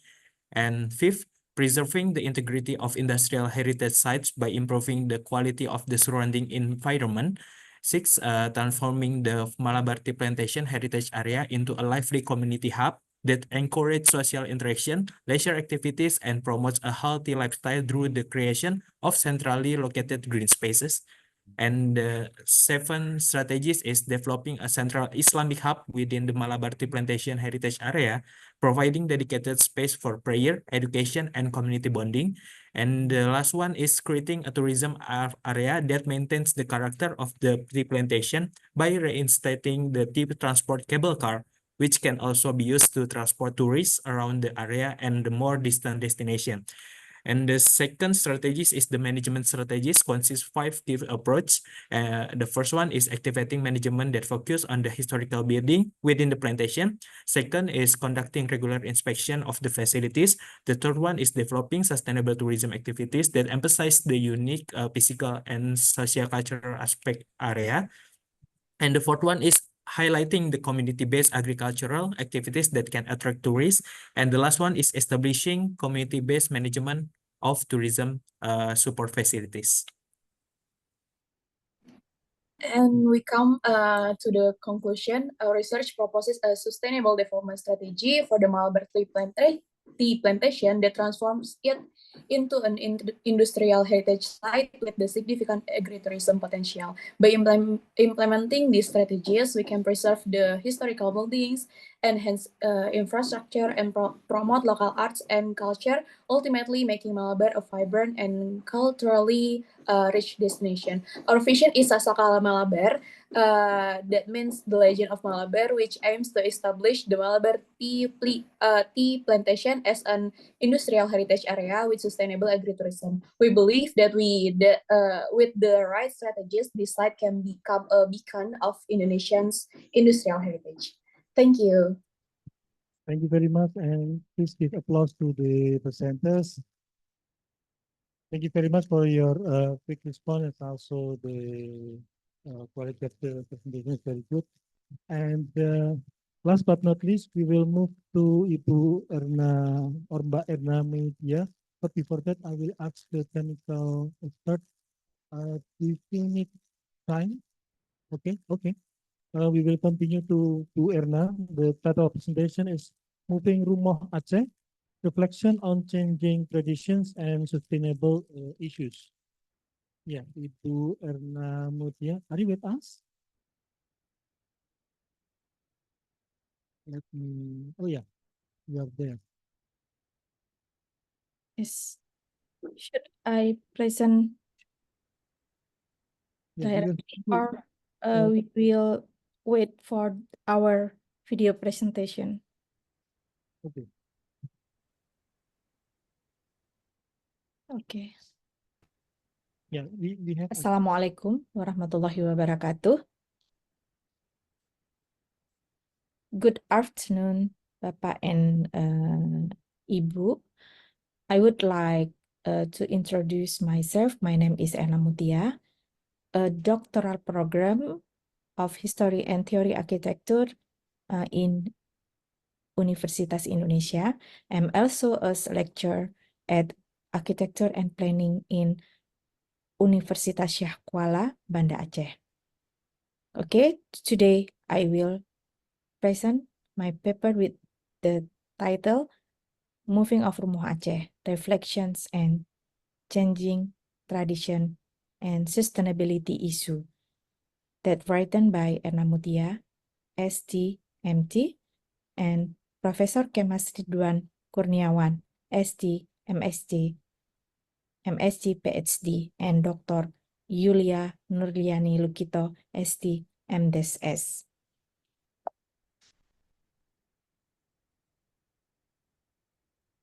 Okay, I would like to present that the building displacement is not a new thing. There are various reasons and events that cause the displacement of building.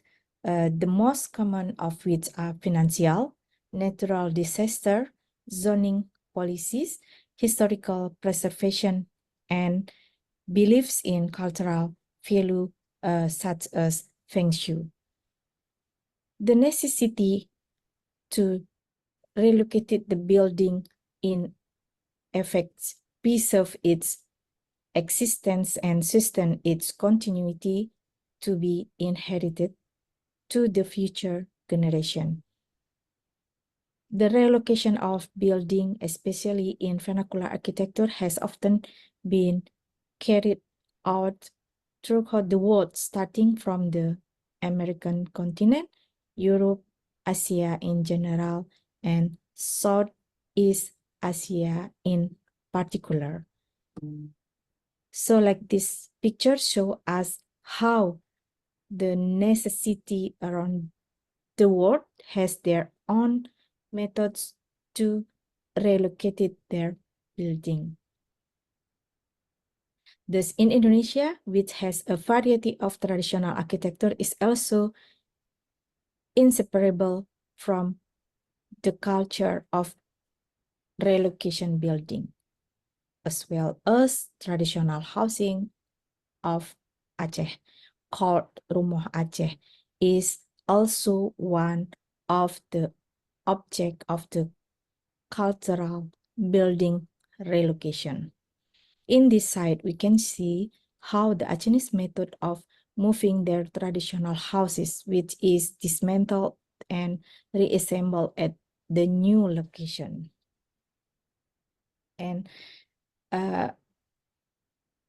since ancient times, Rumah Aceh has relocated to another location in the local village. Rumah Aceh use a structure that is easy to dismantle and reassemble, bound with strike joints and reinforced with pegs, so that relocation is very easy. The 2004 earthquake and tsunami have eliminated traces of Rumah Aceh in Banda Aceh City.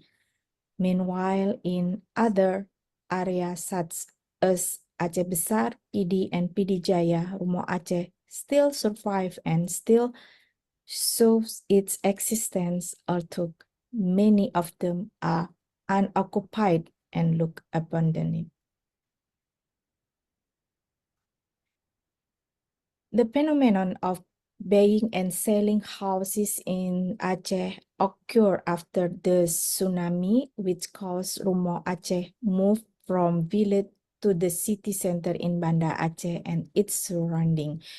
And this paper aims to examine the sustainability of Aceh houses after being moved after the 2004 tsunami. On this slide, we can see the shape of Acehnese house called Rumah Aceh as described by Dutch orientalist and researcher was Snok Hukronje. Rumah Aceh is also known as Rumah Inong because the house will be inherited for the daughter based on the mother's line. Rumah Aceh was a wooden house on stilts using poles made of solid wood and a roof made of thatched leaves. The layout of the building, Acehnese house, are longitudinally towards the east and west. The spatial arrangement of both is divided into 3 rooms with different floor levels.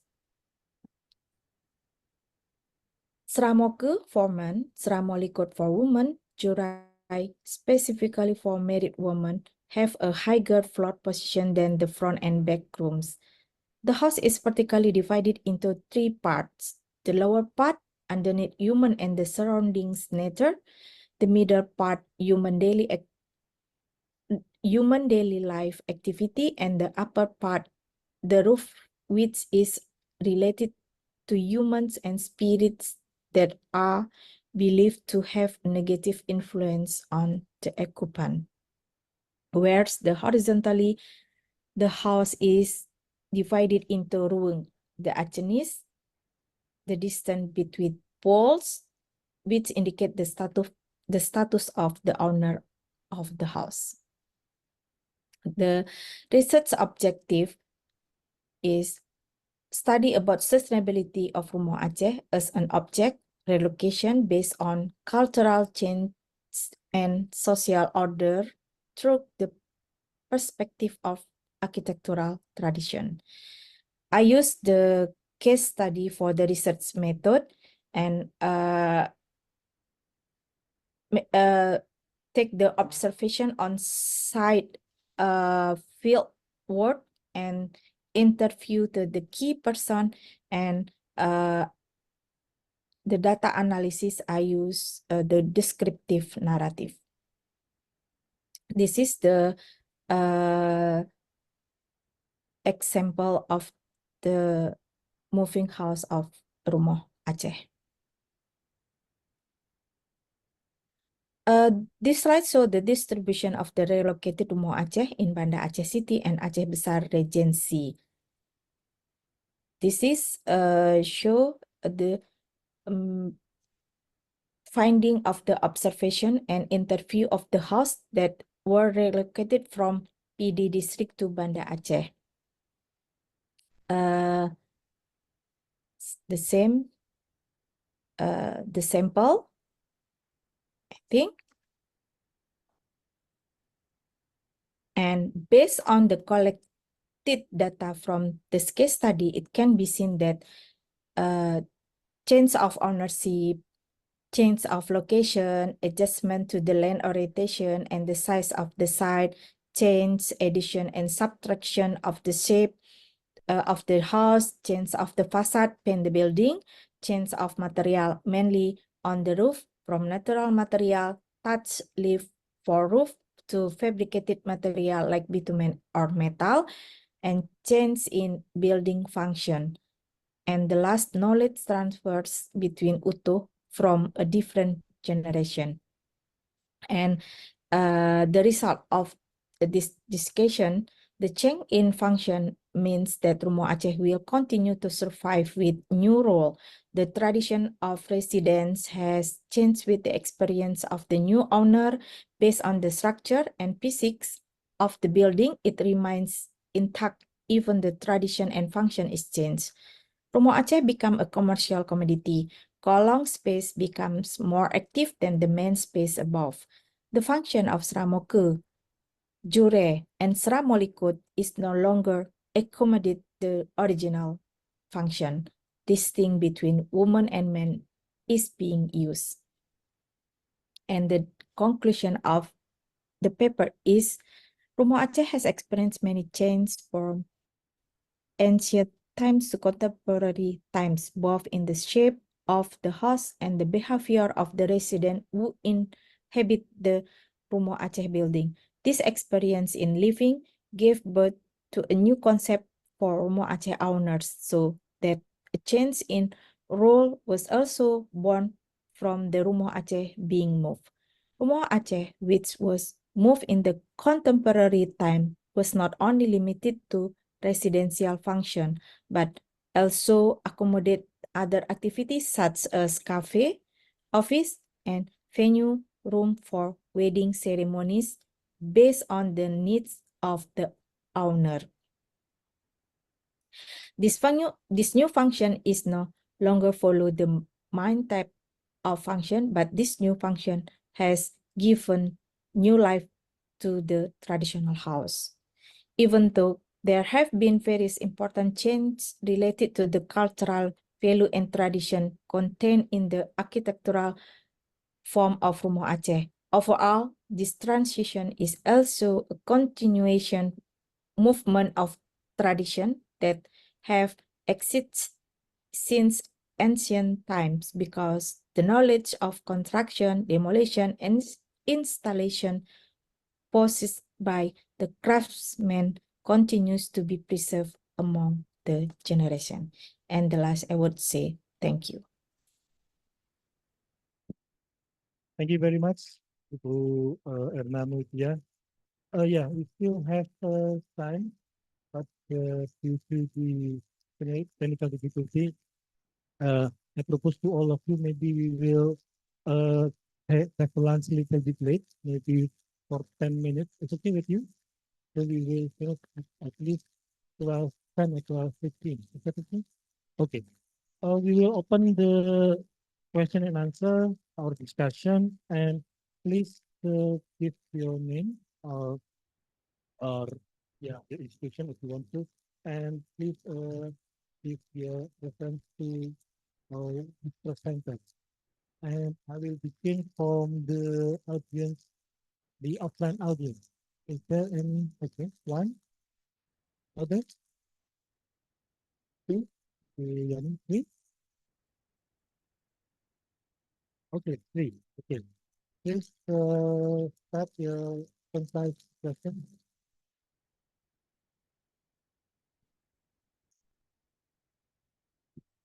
Thank you for the time. My name is Robin. I would to ask to the first presenter, Ibu Yulian Eka Putri. In you present and I read your abstract.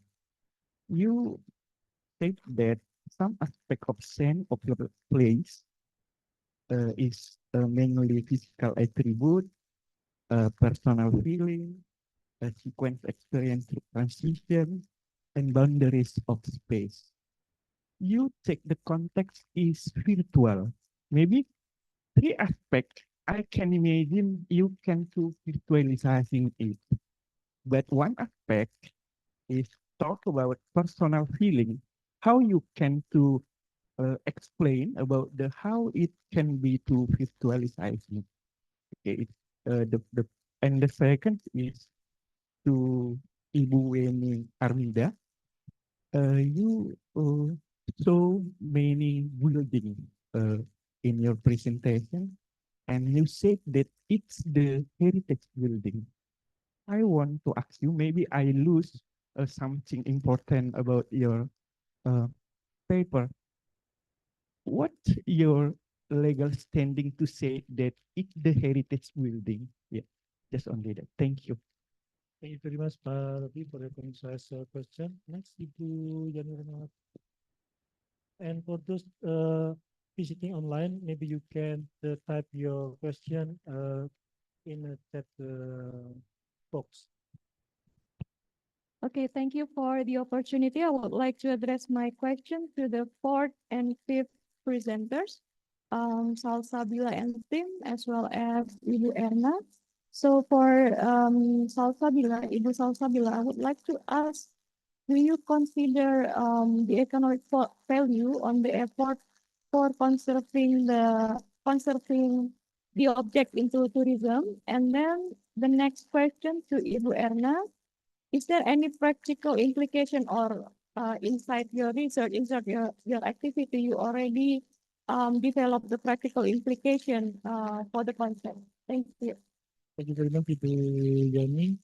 And last but not least, Ibu Yulia Eka.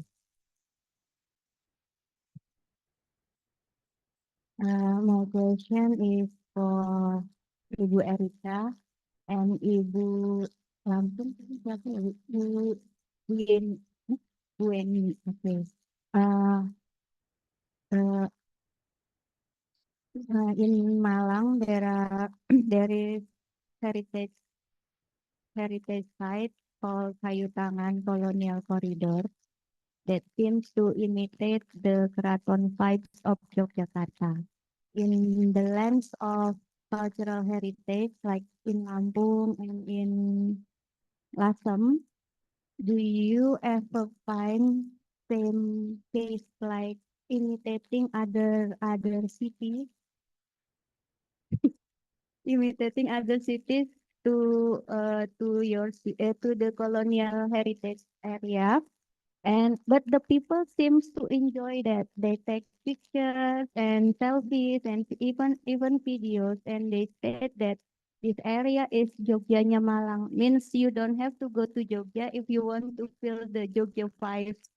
How to deal with this issue from the lens of cultural heritage? Thank you. Thank you very much, Ibu Yulia. Yeah, we have also here in Jogja, sometimes people say that this is what we call somewhere else in work somewhere, and we would like to bring that in our side in Jogja. It's a very interesting question. And yeah, who will answer first? Yulia. Uh, may I answer in Indonesia? Yeah, please. Okay. Coding dalam meanings and emotion itu agak intricate, Pak, karena dia overlapping antara personal meaning, emotion, memories, cultural meaning, historical meanings, and identity. So in one sentences, they often state, for example, I feel calm and I feel calm in this space, even though they just access the space from virtual tour. So I also intrigued by the findings because I thought the findings will just come up with physical features or spatial features, but they actually wrote down in their notes their feelings, their even their judgment about the place. I don't like the place because it seems like dirty or dark like that. And then in that personal meaning, for example, they think they are reminded, but they are reminded like their personal memory from their childrenhood. Like I like this graveyard.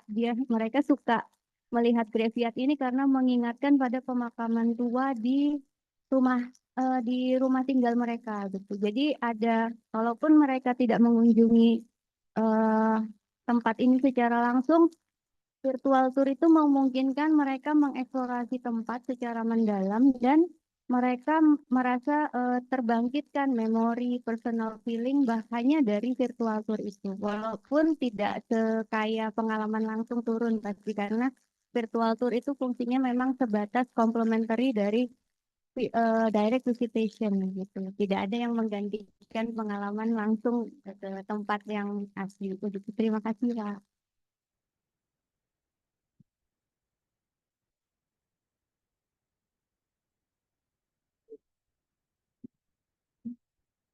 Okay, thank you for the question. I want to confirm your equation is like bagaimana kami bisa menjudge bangunan itu heritage, right? So we hold kita berpegang dengan undang-undang law number 11 2010 concerning about the heritage cultural heritage building. The building that are past 50 years old or more can be classified as a heritage building.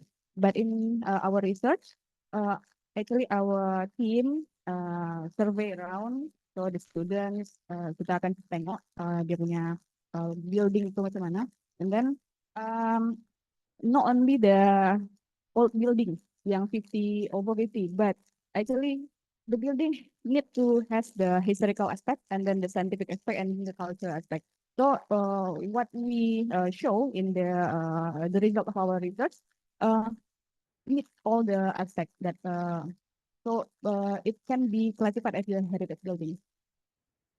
Is that okay for the answer?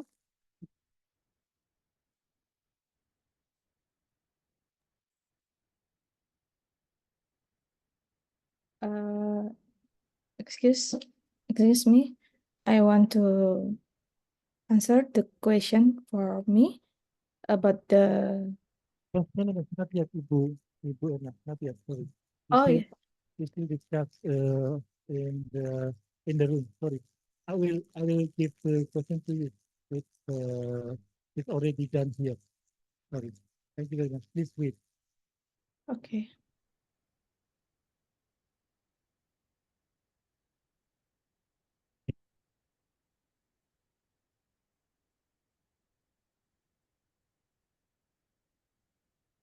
It's my turn or I have to?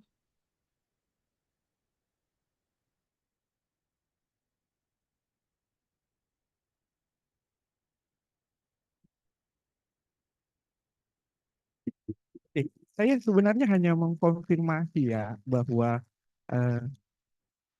itu yang ditunjukkan berdasarkan kelompok risetnya aja mengatakan oh kita mau membuatkan ini sebagai heritage building atau ibu itu telah mengadopsi SK wali kota atau SK bupati untuk mengatakan bahwa itu heritage building karena itu kan akan berbeda sebenarnya. Itu aja sih Bu, terima kasih. Oke, kalau untuk research yang ini memang kita belum ketemu ya Kak, karena mungkin tidak begitu banyak yang tentang heritage building yang dengan ini. Jadi mungkin maybe our research can be the apa yang pertama lah pintu masuknya. Jadi nanti yes benar sama-sama Kak. Maybe you can continue answering if Julia says that. Ya, the perspective ya. How come kalau orang-orang datang and then claim ini serupa dengan bangunan heritage yang lain. Okay. For me, I have been living in Malaysia actually, in Penang for so many years. And then I really impressed with the cultural building and the heritage site in Penang. Jadi Penang punya UNESCO World Heritage Site di Georgetown di Penang. Actually bentukan dia serupa dengan apa yang ada di Indonesia. Because masa mereka datang duduk di Penang itu tak begitu jauh dengan masa mereka juga datang di Indonesia, right? But the difference is Penang itu betul-betul mengkonserv semua heritage building di sana, gitu kan? Jadi kalau seandainya ada orang yang mengatakan, oh ini mirip apa Paris Van Java dan yang lainnya, I think it's not really such a big problem because all the heritage building has a link. Ya, semua orang datang daripada China, daratan sana, datang ke sini, duduk semua. Actually itu mirip semuanya gitu. But the thing is, yang perlu sekali adalah bukan mengadopsi atau bukan apa namanya use the own potential. Jangan mengada-adakan. So bagaimana cultural heritage di Jogja, and then di kemarin kita ke Bali, di Penang, pasti ada some point of the special yang ditunjukkan, culture yang spesial. Jadi jangan sampai dimunculkan. Contoh misalnya gini, in some point untuk menarik orang datang ke sini, mereka membuat hiasan-hiasan love, membuatnya di Jogja ada, di Bandung ada, di mana-mana ada gitu kan. Itu berarti kan menyeragamkan ya. Tapi kalau kita membuatnya, oke, zaman dulu Jogja seperti ini.